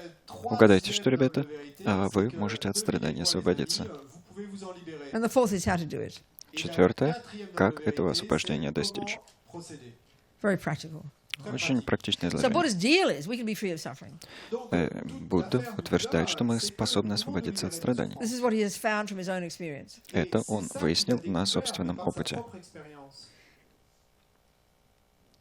So, in order to know we can be free of suffering, it's exciting to know you can be free of suffering. Thank you very much. I'd like that, please. И здорово, конечно, знать, что можно освободиться от страданий. Спасибо большое. Дайте, пожалуйста. But we Хотелось need to бы. be clear what it is exactly. Но нам нужно понять, о чем же, собственно, идет речь, о чем конкретно идет речь. But then we have to know what causes it. Otherwise, you know, it's like if you don't know what causes the suffering, even though you know what suffering is, if you don't know what causes it, what good is that? Но даже если знаешь, что такое страдание, если не знаешь при этом, что страдание вызывает, что порождает страдание, толку никакого. Yeah. So what is suffering? Так что же такое страдание? Well, like I said, 3 kinds, 3 levels. Different ways of talking, but this is one presentation, 3 levels of suffering. Как я сказала, есть разные способы это описывать, разные описания, но в данном мы говорим о 3 уровнях страданий. The second suffering is more subtle than the first. И второй вид страдания тоньше, чем первый, And the third is the most subtle. а третий является тончайшим. So the first one we all know about. It's easy. Первый уровень страданий нам всем знаком, в нем он простой. It's when all the bad things happen. Это, собственно, все дурные вещи, которые с нами случаются. We all know in the world, look at the world, whether you're an ant or a dog or a giraffe or a human, we know we don't like the bad things happening. Мы все это знаем, муравей мы, или собака, или жираф, или человек. Нам всем не нравится, когда случаются плохие вещи. And we spend our lives resisting that. И мы всю жизнь посвящаем сопротивлению дурным вещам, попыткам их избежать. Because why? Because we want the opposite, which is called happiness. Почему? Потому что мы хотим того, что противоположно этим дурным вещам, то есть And we can see that счастье. all sentient beings spend their lives trying to get happiness. И мы видим, что все живые существа посвящают свою жизнь попыткам добыть счастье, достичь счастья. So at this gross level, it's pretty easy to see what we mean by this. На этом грубом уровне довольно легко понять, что мы подразумеваем. Happiness is when the good things happen. Счастье — это когда случаются And хорошие suffering is when вещи. the bad things happen. Страдания — когда случаются вещи So дурные. let's look at the causes and let's get some deeper understanding of this and seeing where Buddha says we're making big mistakes in our interpretation. Давайте посмотрим на причины и увидим, где же, по мысли Будды, мы совершаем в своих интерпретациях крупные ошибки. Right, we're making big mistakes in our interpretation. Где именно мы совершаем большие ошибки в своей интерпретации. So the causes of suffering. Причины страданий. Well, we all know that to make anything work, you've got to know the causes of it. You want to make a cup of tea, you've got to know the causes of a cup of tea. If you want to avoid a headache, you've got to know the causes of a headache. It's pretty obvious. Мы все знаем, что для того, чтобы что-то сотворить, нам нужно знать причины объекта, которые мы хотим создать. Например, если мы хотим сделать чашку с чаем, хотим заварить чашку чая, нам нужно знать, каковы причины чашки чая. Если мы хотим избавиться от головной боли, нам нужно знать причины головной боли. То же самое здесь. Я не желаю страдать. Будда говорит: хорошо, детка, ты можешь освободиться от страданий. Но нужно знать причины. Вот здесь-то мы и влипаем в крупные неприятности. Будда утверждает, что те воззрения, которых мы придерживаемся сейчас, те, которых он назвал бы самсарическими воззрениями, а это развернутая философская позиция, которой мы придерживаемся, по сути,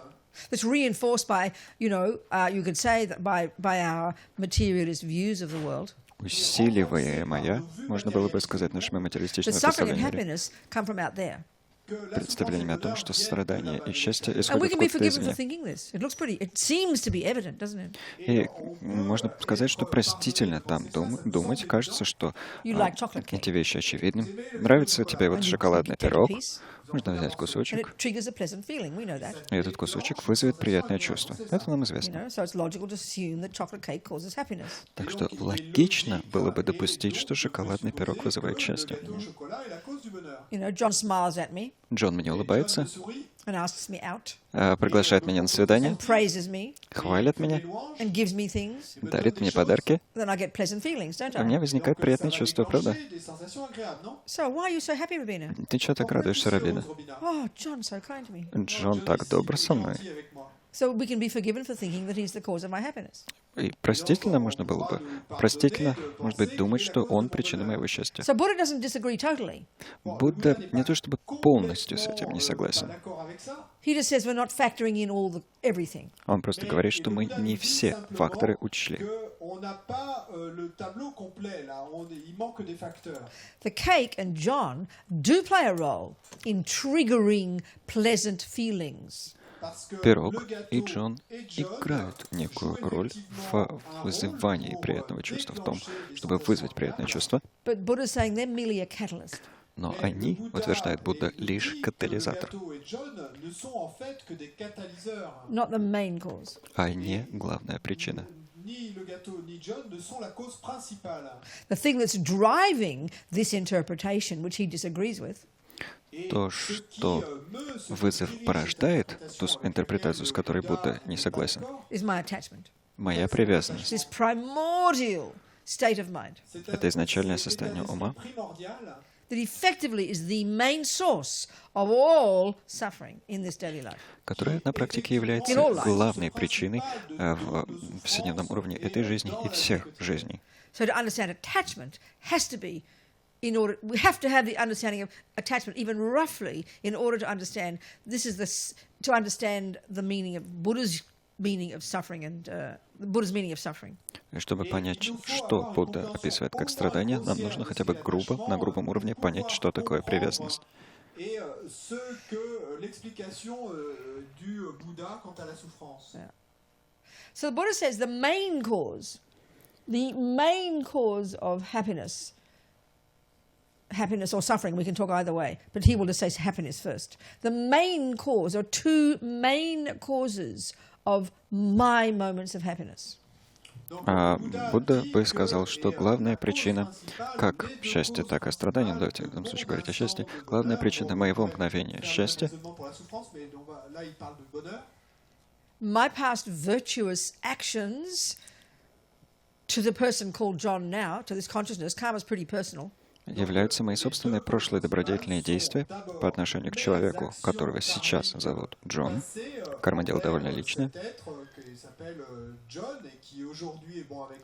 So his being kind to me now Он сейчас проявляет ко мне доброту. is the fruit of my past kindness to him. Это плод моей прошлой доброты по отношению к нему.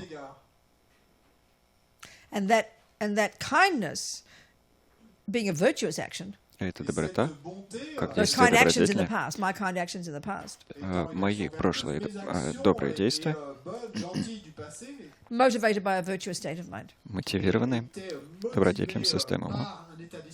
So karma Так что карма and virtue и добродетель, карма и are the two добродетель main causes of present happiness. — это две главные причины нынешнего счастья. Yeah, and then suffering, same. То же самое и со страданием. You know, John suddenly falls in love with someone else Джон внезапно влюбляется в кого-то еще, and throws me out, and now I бросает call меня, that suffering. и я это теперь называю страданием. And the main cause of this, А главная причина этого my past negative actions towards that person, — мои прошлые неблагие действия по отношению к этому человеку. something similar to this, Нечто аналогичное этому. motivated by delusions. И мотивированное омрачениями. So the two main, in the second noble truth, the two main causes of suffering are karma, action, past action, and the negative motivation. Так что в этой второй благородной истине двумя главными причинами страданий являются карма, прошлые неблагие действия и омрачение. And this particular suffering I'm experiencing, just like the particular happiness I experienced before, и это конкретное страдание, которое переживаю, так же, как и конкретное счастье, которое я переживал прежде. John being mean to me, cheating on me, То, что Джон со мной как-то нехорошо поступает, изменяет мне, или то, что Джон меня любит и проявляет ко мне доброту. that's of the 4 ways that karma ripens. С точки зрения 4 способов созревания кармы, That's the one called experiences similar to the cause. это то, что называется переживанием, подобным причине. So I am the cause of my happiness. Так что я причина своего счастья, And I am the cause of my suffering. и я причина своих страданий. This is Buddha's view. Таково представление Будды. Hard to hear. Слышать — это Hard to сложно. see. Это сложно увидеть. Everything in us tells us that John is the main cause. Все в нас говорит нам, что Джон является главной And причиной. that is because of attachment. А причиной тому привязанность. Because attachment is like a junkie Потому что привязанность подобна наркоману. in the mind every second. Каждое мгновение в уме. It's frantic to get only the nice experiences. Каждое мгновение в нашем уме привязанность отчаянно желает переживать вещи лишь приятные, слышать приятные слова, Nice tastes, чувствовать приятные вкусы, nice touch, nice smell. сталкиваться с приятными тактильными ощущениями, приятными запахами. It's a junkie. Как наркоман. So Это when it наркоман. gets what it wants, Когда привязанность получает right now желаемое, that's what we call happiness. мы прямо сейчас вот это и And then when называем attachment счастьем. is thwarted, Когда же привязанность не достигает желаемого, freak out. мы психуем, Aversion arises, возникает отторжение, and anger, гнев, and jealousy, зависть, and blame, обвинение or depression. или депрессия, This is internalized anger. направленный вовнутрь гнев. So anger is the response when attachment doesn't get what it wants. Гнев — это отклик, который проявляется, когда привязанность не достигает So this желаемого. first level of suffering, gross level of suffering, И этот первый уровень страданий, грубый уровень страданий, is basically attachment not getting what it wants. это, по сути, то, что привязанность не достигает желаемого. So it sounds kind of cruel. Звучит как-то жестоко. You look at the terrible suffering that goes on this earth, Если посмотреть на ужасающие страдания, которые происходят на этой планете, and the terrible things that happen to people, ужасающие вещи, которые с людьми случаются, unbelievable suffering. невероятные The страдания. Buddha's view is the main cause is karma of those sentient beings. Но с точки зрения Будды, главной причиной страданий этих является карма этих конкретных живых существ. And it's shocking to us, И нас это шокирует. but because the view we already have is that we're all innocent victims. Почему? Потому что нам уже присуще воззрение о том, что мы все невинные жертвы. And that's reinforced by our scientific view that your mummy and daddy made you. Это подкрепляет наше научное представление о том, что сотворили нас мама и папа. But we so take that as a truth. Но мы настолько убеждены в истинности этих воззрений, что никогда не подвергаем их сомнению. And we're walking around with these assumptions in our mind. И живем с этими допущениями. I didn't ask to get born. Я не просил, чтобы меня It's not рожали. my fault. Я не виноват. This is what we believe, totally, 100%. В это мы верим полностью, на все 100%. So the point is this. Так смысл вот в чем.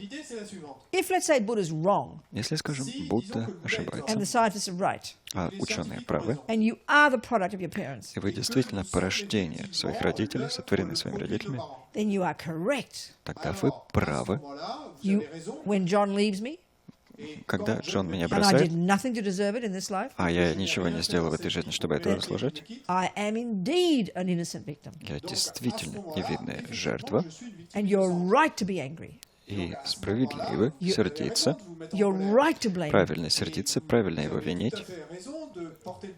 If my mother and father did actually create me Если моя мама и папа действительно меня сотворили, and give me anger genes and jealous genes and cancer genes, наделив меня генами гнева, генами зависти, генами if they are рака, angry and harm me, если они сердятся и мне вредят, then you are right to blame them. справедливо их обвинять, их винить. Do not believe your therapist. Не верьте своему психотерапевту. ne croyez pas ce que vous disent vos thérapeutes. When she tells you have to stop blaming your parents. Когда она вам говорит, что нужно перестать винить родителей. Vous dit, arrête de porter le blâme sur tes parents. If they did make you, Если они действительно вас сотворили, S'ils vous ont effectivement fait, produit, they are the blame. их и нужно винить. And you must blame them. И нужно их винить. Sue them. Засудить. vous devez leur faire un procès. That's correct. Это будет C'est la правильно. réponse correcte, si c'est effectivement ce qui s'est passé. But just Buddha disagrees, that's all. Но Будда просто с этим не согласен. Вот и He все. says they didn't make you at all. Они говорят, они вовсе вас не сотворяли. C'est pas vos parents du tout You qui know, vous ont fait. when you died in the past life, Когда вы умерли в прошлой жизни. Mort, et dans votre vie précédente. not more than a few weeks before you zapped into mummy's womb, А это случилось не более чем за несколько недель до того, как вас втянуло в утробу матери. even before you stopped breathing, Прежде, еще чем вы в той прошлой жизни перестали дышать, you know, the karmic seed that would be the cause of the one that will throw you into that mother's womb in a few weeks' time, кармическое семя, которое затем ввергло вас в утробу конкретной матери, is triggered. было активировано, All the спровоцировано. seeds of all the tendencies that will be your personality in that next life are triggered. Все семена, которые стали основой вашей личности в новом рождении, были активированы. All the seeds that will be the cause of all your future experiences, including those parents and all the nice people and the ugly people that you meet in your life, are triggered. Все семена переживаний ваших в последующем рождении, переживания от встреч с хорошими людьми, людьми неприятными, были активированы. And all the seeds that will ripen as your environmental karma, Все семена, которые созреют, как ваша карма среды, all are triggered были before активированы. you even stop breathing in the past life. Прежде чем вы даже перестали дышать в прошлой жизни, в предшествующей жизни. Maybe your mother and father haven't even met yet. Может быть, ваши отец и мать еще и не встретились, You're on your way, baby. но вы уже к ним летите. And then you die, И вот вы умираете, and the mind leaves the body. ум покидает тело, Then it kind of hangs out in a very frantic, kind of dream-like state, which is called the intermediate state. какое-то время пребывает в довольно раздерганном состоянии, странном состоянии, которое Kind of называется frantically подобным waiting for another сновидению basis of состоянием, another eye. которое называется промежуточным состоянием, отчаянно ожидая новую основу для нового «я». Your mum and dad hop into bed, Ваши мама и папа прыгают в постель, and you come running, и вы к ним несетесь, and you jump in right there. и запрыгиваете прямо вот туда. Nothing to do with them. Это к ним They're отношения just не having имеет. sex, having fun, А они просто развлекаются, сексом занимаются. and you stick your nose in. А вы туда нос суете. In the first second of conception, В первое мгновение зачатия. what causes, in general, the egg and sperm to come together is your consciousness zapping in there. То, что побуждает сперму и яйцеклетку соединиться, это ваше сознание, которое туда втягивается. So in just the same way that beautiful garden manifests all the oak trees and the flowers and the weeds and the herbs, that we know that the fruit of the seed that you planted 50 years ago, 20 years ago or whatever. We know that. Точно так же, как прекрасный сад со всеми его дубами, цветами, травами и так далее, является следствием семян, которые вы посеяли 20 или 50 лет назад. Это нам понятно?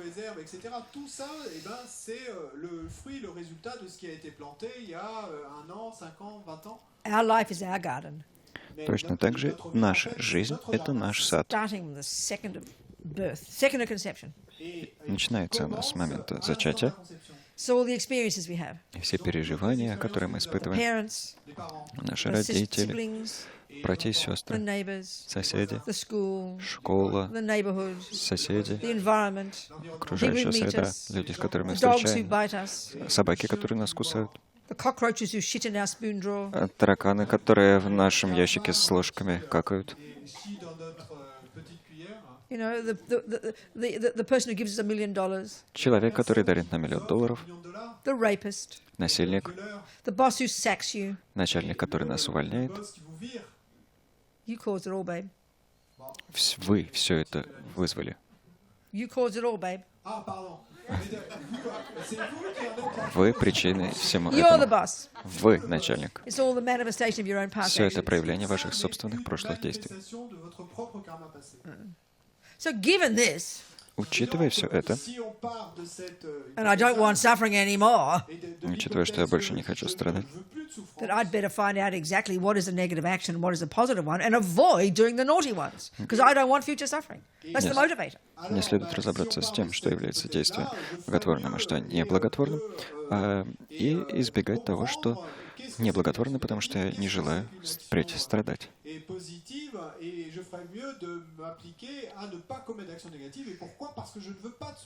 So basic level of practice. Базовый уровень практики. Don't kill. Не убивай, Don't lie. не лги, Don't steal. не воруй, Don't jump on the wrong partner. не прыгай на ненадлежащих партнеров, Control my speech. контролируй свою речь, Practice. Sow all the. Refrain from sowing negative seeds. воздерживайся от засевания неблагих семян. Bare bones, minimum. Минимум, самый минимум. And do this in the context of keeping vows, which we'll talk about. Осуществляй это в контексте соблюдения обетов, что мы еще обсудим, You can die with a happy mind. и сможешь умереть с счастливым умом. And you'll have nice parents. И у тебя будут хорошие You'll родители, have nice parents. Nice siblings. хорошие Nice neighborhood. братья и сестры, хорошее Nice окружение, environment. хорошая среда, Enough money in the bank. достаточно денег в банке, You'll have a pleasant life. у тебя будет приятная жизнь. This is the first level of practice. Это первый уровень практики. Understanding the first level of suffering. Понимание первого уровня страданий. You don't want the bad things to happen, Не хочешь, чтобы случались дурные вещи, не so хочешь, stop causing them. так что нужно перестать создавать их причины, перестать их вызывать. The second kind of suffering is really depressing. Мысль о втором виде страдания нас действительно может Because now Buddha's ввергнуть в saying, now you've got депрессию. some happy life, Потому что Будда говорит, ну вот, теперь у тебя счастливая жизнь, but honey, I'm sorry, this is a subtle level of suffering. но, милый или милая, мне очень жаль, но это тонкий уровень страданий. Ведь привязанность достигает желаемого. So as long as we're driven by attachment, А пока нами движет привязанность, fine, first level. да, первый уровень, с ним все At нормально. least refrain from following anger. Первый уровень — это, по крайней мере, избегать выражения гнева. Не следовать гневу, не следовать грубой привязанности и не вредить другим в силу этих омрачений. Этот первый уровень But you уже haven't given up невероятен. attachment yet. Но вы пока не отказались So от then you've got to get a привязанности. very nice life.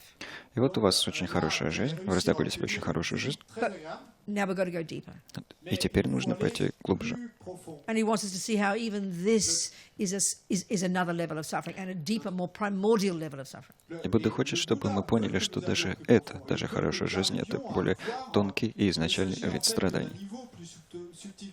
Because it's the happiness of a junkie. Потому что это счастье наркомана.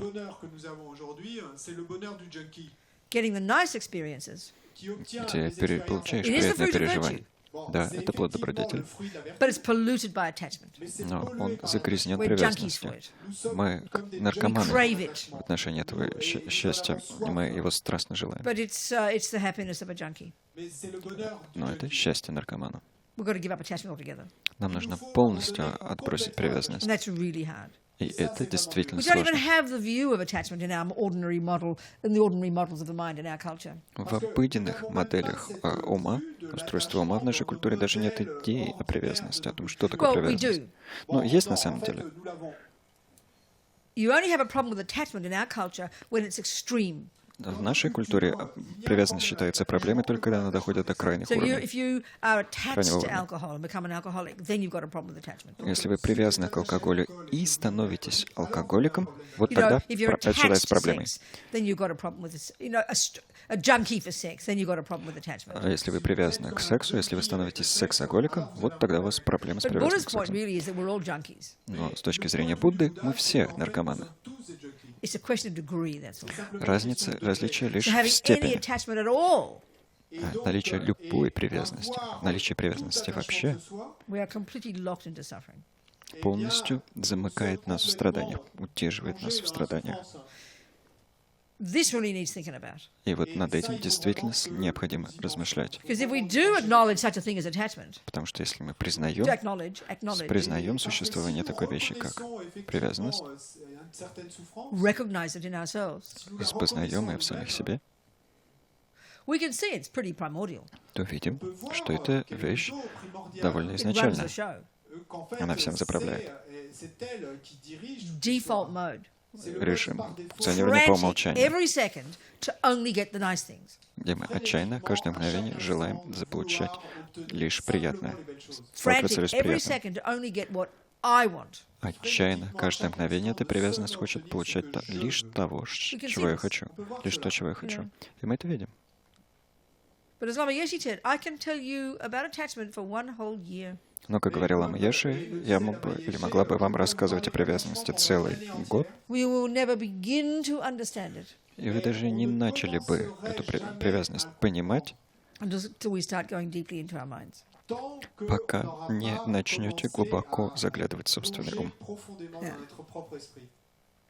It goes to incredibly subtle levels. Он доходит до невероятно тонких уровней. So, one step at a time. Но и нужно продвигаться шаг за шагом. And then it sounds so shocking to us when we analyze it like this. И когда мы анализируем все это дело таким образом, нас это глубоко шокирует. But it's true, logical. For the Buddha, it's logical. Но с точки зрения Будды это логично. Let's say I'd finished with attachment, have realizations of emptiness, have gone beyond attachment, blah, blah, blah. Let's say. Предположим, что я исчерпала привязанность, избавилась от привязанности, достигнув постижения пустотности, вышла за Then my пределы привязанности relationship и with так John would be далее. very blissful. Тогда мои отношения с Джоном будут полны блаженства. With no attachment, Без какой-либо привязанности. you'd have far better sex. И секс будет Much more гораздо fun, лучше, much more гораздо bliss, much more веселее, joy, infinite more joy than being a junkie. гораздо больше блаженства, удовольствия и радости, чем когда ты наркоман.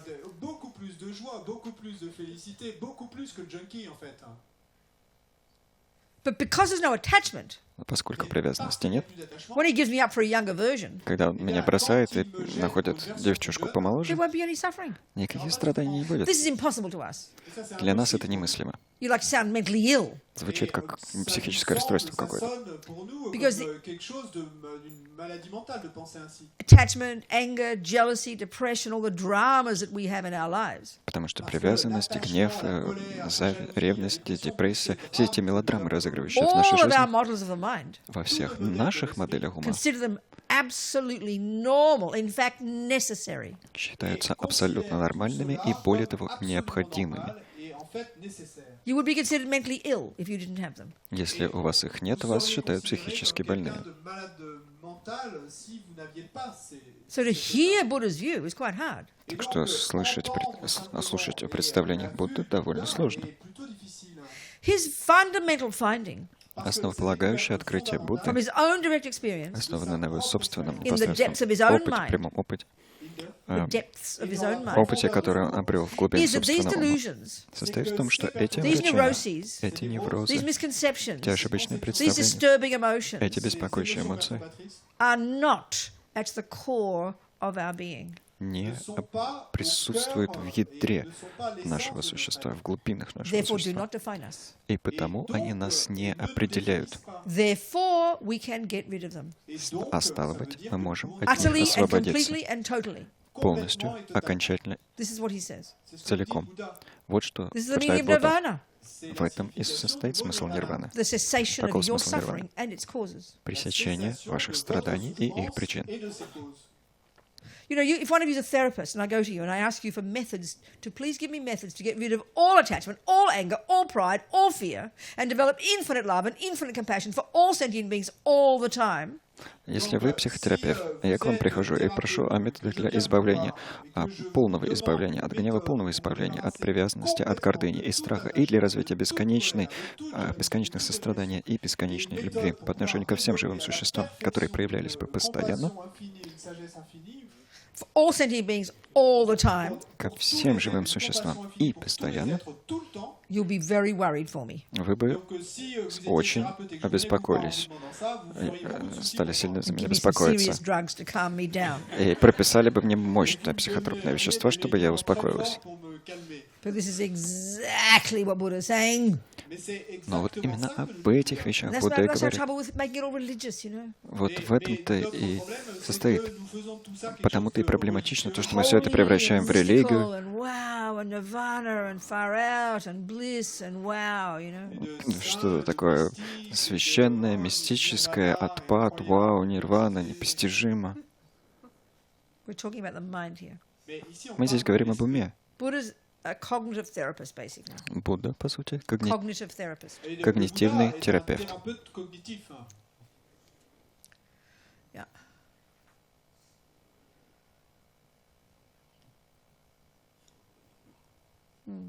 Suffering. So there's a third kind of suffering. Есть и третий вид страданий, This is even more abstract.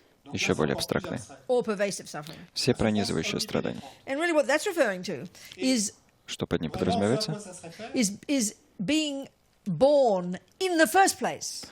То, что In мы, this realm that is driven by attachment and the delusions. то, что мы вообще рождаемся в этом царстве, где всем движет привязанность.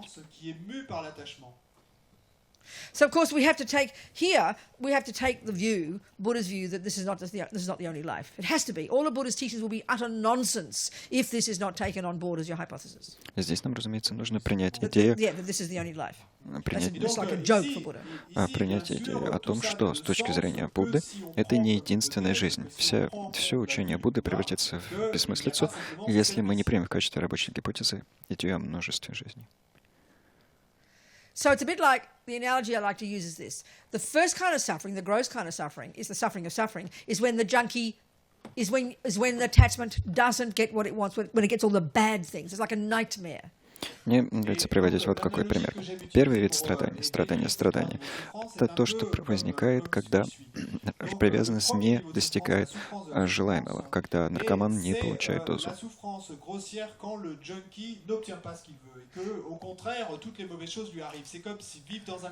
And the cause of this suffering, Причиной этих all the страданий, bad things happening, всех дурных вещей, которые is происходят, harming others. является причиной вреда So другим. junior school level of Buddhist practice, И потому уровень буддийской практики, относящийся к младшей stop harming школе, others. это перестать вредить другим. И эта практика пресекает первый вид страданий. The second kind of suffering, Второй вид страданий, which is when attachment gets what it wants, когда привязанность получает is what we желаемое, call happiness. то, что мы называем How you счастьем. stop this one? Как с ним разобраться? Give up attachment. Отказаться от привязанности. And the third one, which seems so abstract to us, А третий привязанности, который нам кажется таким абстрактным, which is basically being born with the mind of a junkie, а это, по сути, то, что мы вообще рождаемся с умом наркомана, in a body produced by being a junkie, в теле, порожденном наркозависимостью, in a world made of junk. в мире, состоящем из наркотиков. And just drug, okay. You meaning heroin. We're talking about heroin here. О героине говорим. Okay. And the world we live in is made of heroin. Мир, в котором мы живем, состоит из героина. And to survive, you have to ingest it. А чтобы выжить, его нужно принимать. No choice. Выбрали. No choice. That's all pervasive. Без варианта. Вот это все So to give пронизывающие up страдания. this one, И чтобы отказаться от него, you have to realize emptiness. нужно постичь пустотность, Cut the root of all the delusions. отсечь корень всех омрачений. Like that, yeah. Как-то так. Dinner time. Any questions? Пора на ужин. Какие-либо вопросы? Wait. You mean you didn't get your answer yet? Все еще ответ не получили, что ли? Microphone, please. Микрофон.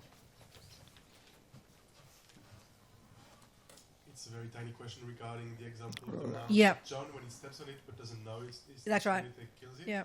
But then what happens if he realizes it and then he killed it? Well, obviously that's a different discussion, isn't it? But that's you can even tell yourself the answer. Tell me what do you think. Tell me. Let's say he says, "Oh, good, I killed a mouse." What do you think?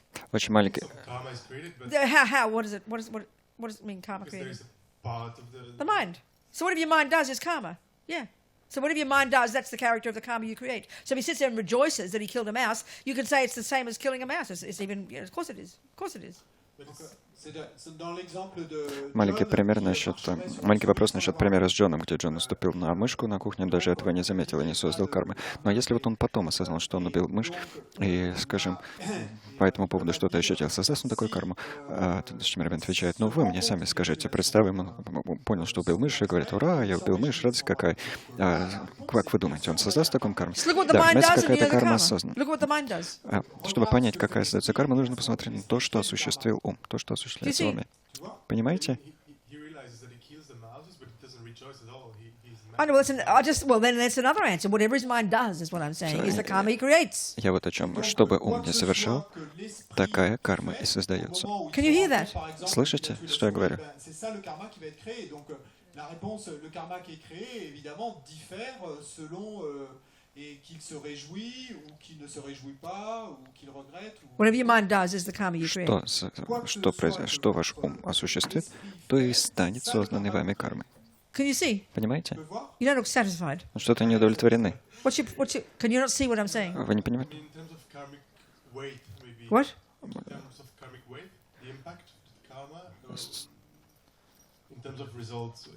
But that's what I'm talking about too.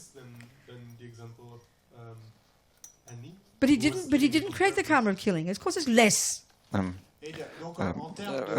есть, с точки зрения кармического веса, созданная им в таком случае карма будет меньше, чем в примере, когда кто-то убил мышь намеренно. Ну, конечно, меньше. Если он сорадуется, Good, I killed a mouse. Здорово, я убил мышь. That's killing a mouse, isn't it? Это все равно, что убить мышь. Это убийство мыши. But if you go, oh my God, the poor mouse, I didn't mean to kill it, then obviously that's the karma you create. Of course it's got no weight. It's called compassion. It's called, I must be more careful in the future. That's incredible. That's virtue. Но если он подумает: о нет, я убил мышь, мне нужно впредь быть осторожнее, ощутить сострадание, то такой будет его карма. Она будет лишена какой-либо тяжести. И это не неблагое действие, а действие сострадательное. И это называется добродетелью. Понимаете? Поняли? Все равно не удовлетворены. Просто расслабьтесь. Подождите просто пока. Все станет ясно. Что еще? What's this man's name? Как вас зовут? Philip. Филипп. Talk to me. Oh, 99% of the universe is unconscious, darling. Yes, of course. That's right. Of course. Of course. No, there's not karma. There can't be. Если кто-то There's also the karma of being stupid. Listen, you can sit there. Okay, fine. Если кто-то, вопрос был такой, если кто-то совершенно несознательный и ходит там наступать, то в этом случае нет волеизъявления и нет, стало быть, никакой кармы. Ну, ответ: 99% Вселенной не имеет никакого сознания. И да, при этом не создается никакой кармы. I mean, we are all mostly unconscious. Мы все по большей части бессознательны. Тут и вопросов нет. As Lama Zopa says, Как говорит Лама Сопа, well, a slightly different point, but the vast majority of all humans on this earth right now have absolutely no idea that, first of all, that what's going on in their mind, and second, that what goes on in their mind plays any role at all in their lives. это, конечно, We're utterly ignorant. другой момент, но, как отмечает Лама Сопа, 99% людей, живущих на этой земле, во-первых, не осознают, что происходит у них в уме, во-вторых, не знают, что происходящее в их уме имеет какую-либо значимость, играет какую-либо роль. So there's the ignorance of standing on an ant and not thinking it matters. Так что есть неведение, при котором ты стоишь, наступаешь на муравья и не думаешь, что это значимо. And the ignorance of simply not knowing you stood on an ant. They're very different. И есть неведение, где ты просто не знаешь, что наступил на муравья. И вот эти два вида неведения очень между собой различаются. So not knowing it's harmful to stand on an ant just because you've killed so often in the past, you don't even notice, you don't give it any value, you know. That's heavy duty. Не знать, что убийство имеет какие-либо последствия, а это незнание порождено тем, что в прошлом так много убивал, что даже перестал какой-либо ценности хоть как-то это оценивать, это вещь довольно тяжкая, тяжелая, довольно весомая. That's your point. All the people walking around the world, all of us, whether we're Hitler or just baby harmers, it's the same kind of ignorance. Все мы, живущие в этом мире, будь мы Гитлер или если мы причиняем вред на таком младенческом уровне, doing harm to others, either not even knowing it's harmful, or not caring, or even thinking it's good. This is heavy duty. That's heavy karma. Мы все создаем какую-то карму. Но если мы причиняем вред, не думая, что это причинение вреда значимо, что оно имеет какой-либо, обладает каким смыслом. Есть простое неведение, когда просто не знаешь, что ты убил мышь.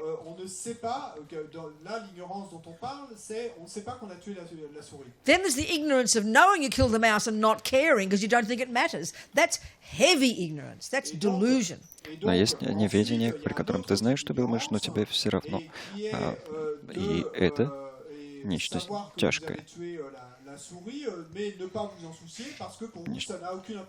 And then even worse is the ignorance of thinking it's good to kill mice. А еще хуже то неведение, при котором ты думаешь, что хорошо убивать мышей.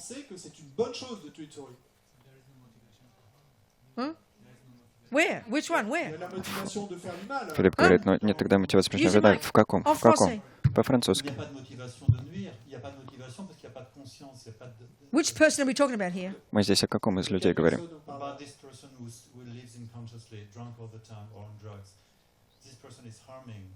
Okay, again, go back to basics. But go back to the simple point. В примере с человеком, который все время под влиянием алкоголя или наркотиков вообще не осознает, что творит. Ну, давайте вернемся к основам. Если вы пьяный пришли на кухню and you killed a mouse, right? и убили мышь, do you know you killed a mouse? I'm asking the first question. It's the first question. Do you know you killed a знаете вы, mouse? что убили мышь или нет? Вот первый вопрос. Сознательно вы в этот момент, когда вы наступили на мышь? Okay, there's no karma of killing a mouse. Your karma of being deluded and negative and running around harming others out of ignorance, but there can't be the karma at that moment of killing a mouse because your mind didn't think, I will kill a mouse. Если вы не осознаете, что убили мышь, у вас есть карма помраченности, неведения, то, что вы разгуливаете какие-то бессознательные вещи, совершаете. Это есть, но карма убийства мыши нет, потому что не было намерения, я убил мышь. Но если вы убили мышь, и вы как бы смутно ее осознавали, но все же убили, потому что вам просто было все равно, это карма тяжелее. Nobody chooses to live unconsciously. We're just driven by delusions. Выбрать жить бессознательно — это тоже карма, да? Но никто не выбирает жить бессознательно. Просто движет омрачение. Это и называется жить в сансаре. That means following attachment, Где мы следуем за привязанностью, следуем за гневом, следуем за завистью, следуем за депрессией. Join the club here. Вступайте в клуб. This is past habit. Это все привычки прошлого. That's how we are. Так мы устроены, так мы работаем. So then, И тогда что? are we clear? Ясно? We're communicating a bit? Поняли? Немножко. Okay. But which one? Which action? Какая мотивация? Yeah, of course Мы it говорим, does. что все проистекает с But мотивацией. Да, разумеется. we're discussing specific actions, Philippe. Are we discussing the action of being an alcoholic, or are we discussing the action of killing a mouse? Which one, please? Как мы говорим о конкретных действиях. Вы сейчас о каком хотите поговорить? О действии алкоголизма? О том, что мы алкоголик, или о том, что мы убили мышь? Нужно на одном сосредоточиться, о конкретном говорить. Which one? О котором хотите? That's right. I mean, Убийстве мыши. every millisecond you're creating an action. И в каждую миллисекунду вы создаете какие-то действия, совершаете какие-то действия.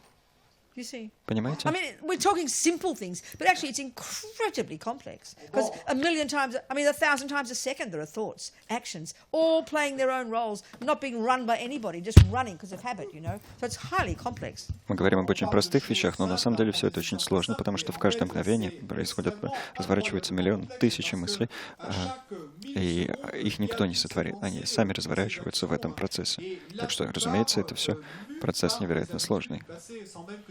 I mean, it's like we're talking the basics of 1 + 1 is 2 here. Если мы говорили о таких базовых идеях, как то, что 1 + 1 будет 2. And then you can get more sophisticated in your ability to use mathematics as you advance. We've got to start somewhere, you know? А затем, продвигаясь, должны быть до более продвинутой способности понимать математические темы, относящиеся к математике. Там вот были руки, 3 руки поднятые. Yes. I have another karma question. Oh, say, okay, У sweetheart. меня другой вопрос о карме. Okay. Меня зовут Изабель. Well and good with mice. Здорово все, что это с мышами. I need some clarity. Yes. Мне нужна ясность. Я у себя дома. Barbara comes in with a machine gun. Uh-huh. My family. That's right. Приходит And he's probably going to kill us. That's right. грабитель с пулеметом. Chandelier and hit him on the head. How clever of you. Well done. then what's your motivation? решает убить нас всех. Я беру канделябр. Well, that's the... Okay, this is the point. Приходит грабитель, и я его бью канделябром и спасаю нас всех. Зачем Робин говорит, ну, замечательно, очень изобретательно с вашей стороны, но какова была ваша мотивация? Изабель отвечает, вот я не знаю, как мне справиться с чувством вины в такой ситуации. So let's look at your action. Good. Let's analyze your action. Давайте проанализируем ваши действия. So what's in your mind? Что было в вашем уме? So, okay, there's an object, a man with a machine gun. Есть объект, человек с пулеметом. And the second part is your mind involved in it here. Вторая часть — это ваш ум, который во всем этом участвовал, был во все это вовлечен. And there's a discrimination. I'm going to drop the chandelier on his head, not my daughter's head. И развлечение. Я его... It's too gross. Let's analyze it carefully. Я ударю его канделябром, не дочь свою, а его. Давайте тщательно анализировать.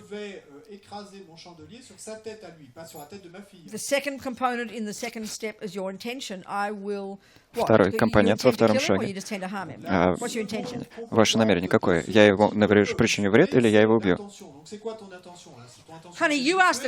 Вы, милая, задаете вопрос. Вы мне должны сказать, что в вашем уме раздор. Просто хотел его вырубить. Ну, вы не хотели убивать, замечательно. А третье, какова ваша мотивация? Какова ваша мотивация? Спасти мою семью. Спасти мою семью. Это эгоцентрично. Вы ему причинить вред, вы ему пользу не хотите принести, вы хотите ему навредить. Желание помочь своей семье — это добродетель, но это также добродетель, которая порождает войны. В силу этой причины люди начинают войны, ведут войны. Засуживают католическую церковь за то, что их кто-то там насиловал. Поначалу это, и может, и было сострадание по отношению к кому-то, но оно быстро превратилось в гнев, направленный на того, кто причиняет вред. То, что какая-то добродетель присутствует, но также много неблагого. Разумеется, мы в нашей культуре говорим, это просто нормально. Но мы здесь смотрим на ум. Не пытаемся, не просим, чтобы нас кто-то судил. Что ум совершает, то он совершает. Вот в этом здесь смысл. Вы, может быть, ненавидите этого парня, может, это ваш бывший муж. И вы можете испытывать к нему такое отвращение, что на куски хотели бы его разорвать. И с радостью его убивайте. Слушайте, просто слушайте. Не говорите нет, просто слушайте. И с точки зрения закона, при судебном разбирательстве, вам все простят. Вам это с рук сойдет. Но вы создали тяжелую, неблагую карму. Вы не избежите от того, что совершил ваш ум. Что совершает люди. Вам понятно, о чем речь? Потому вам и нужно следить за своим умом, подобно коршуну. Ради собственного блага, ради самих себя. Не ради этого парня с пулеметом. Понятно, о чем идет речь? I can't see. You're looking like you're thinking about it. Вы как будто задумались. Вы поняли? Good, darling. Хорошо, милая. Все поняли? Okay. Anybody else? You busy people talk. Where's the microphone? Где микрофон? Microphone ici, s'il vous plaît. Oh, down there. Sorry, you missed. Won't be long. Yes, sweetheart. Je reviens à l'attachement.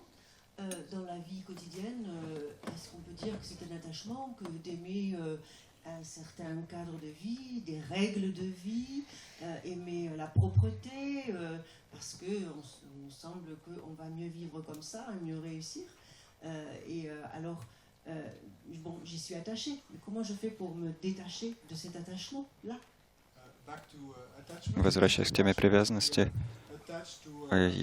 является ли привязанностью, скажем, привязанность к наличию приятного окружения, приятной окружающей среды? Я вот как раз только задумался о том, что мне жарко. Тут на меня прожекторы направлены. Мне нужно, как его святейшеству, бейсболку надевать. Продолжайте. Attachment? Является ли привязанность к приятному Yes, окружению? of course it is, darling. Да, It's конечно, the, милая. it's the attachment of change. It's the suffering of change. Это Of страдание course it перемен. is.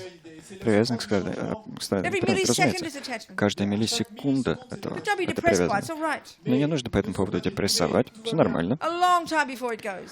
Еще много времени пройдет, прежде чем эта So at привязанность least we've attached отпадет. to, you know, По крайней yeah, мере.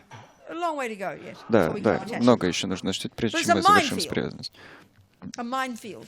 Mais c'est un terrain miné. Но Because we, это, you know, we think, oh, because we don't, Это как минное because поле. we don't give a name of of something negative to our normal daily life of wanting nice husband, nice happy, nice kids, nice job, nice food. We think it's normal.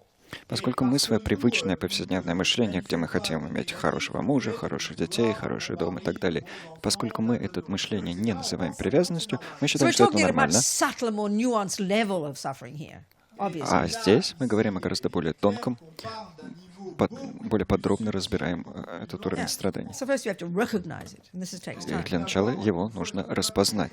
But then, На of что course, требуется because we время, have a fairly конечно. gross understanding of this attachment, and we hear that Buddha says we have to get rid of it.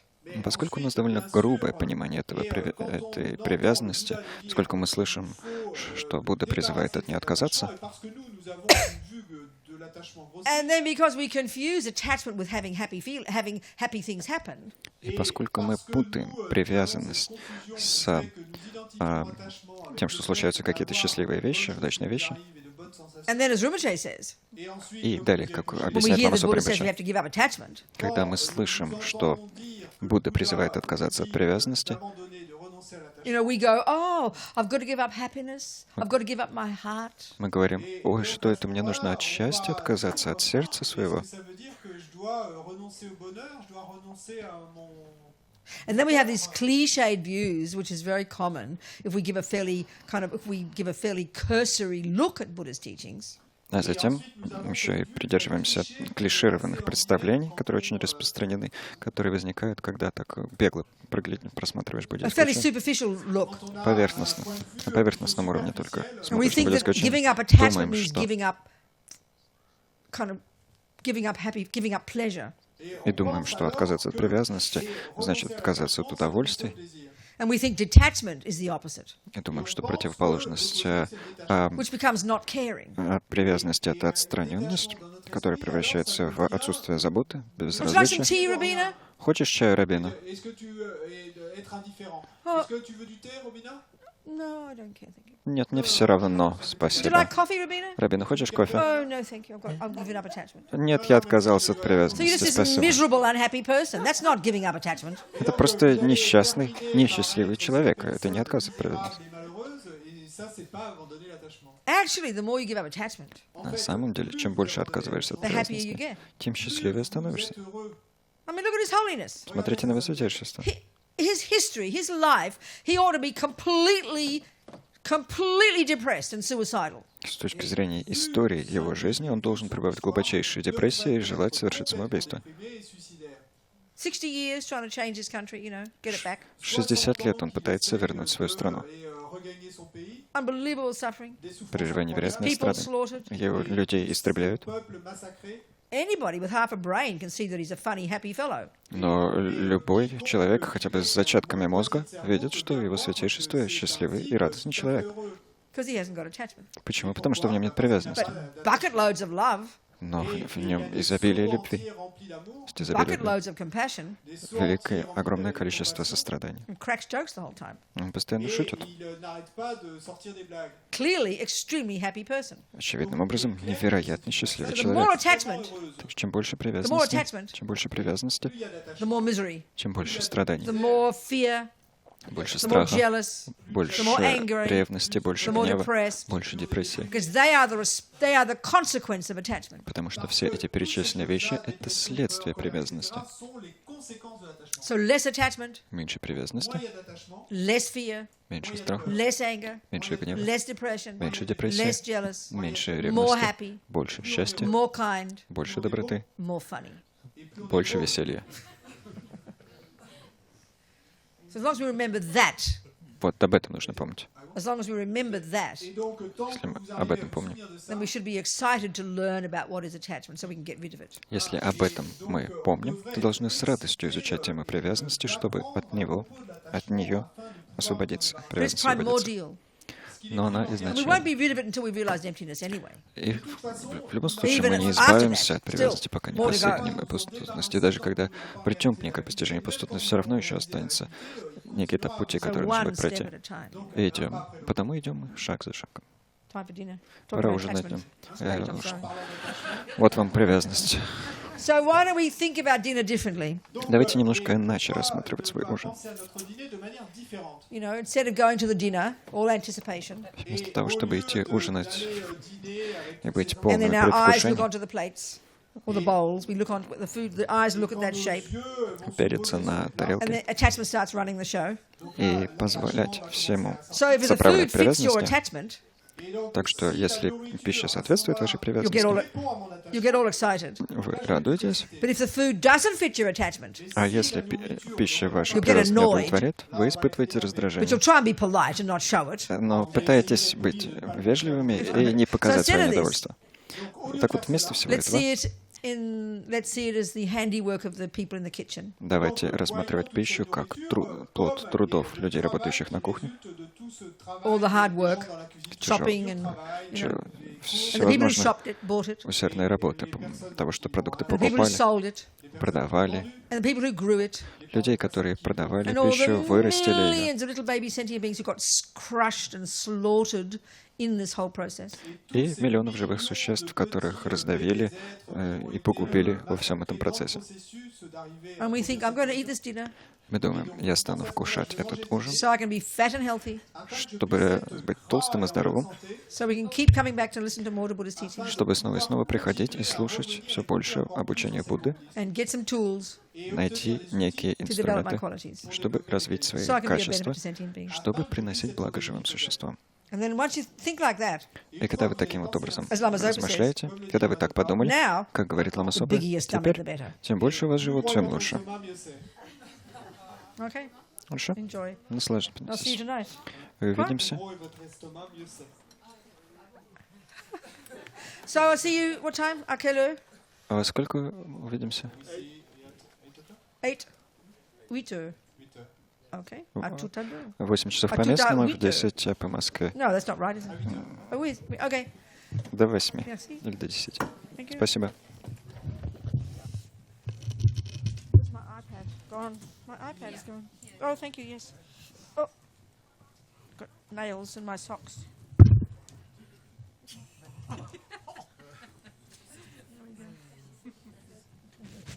Thank you. Yes. Okay.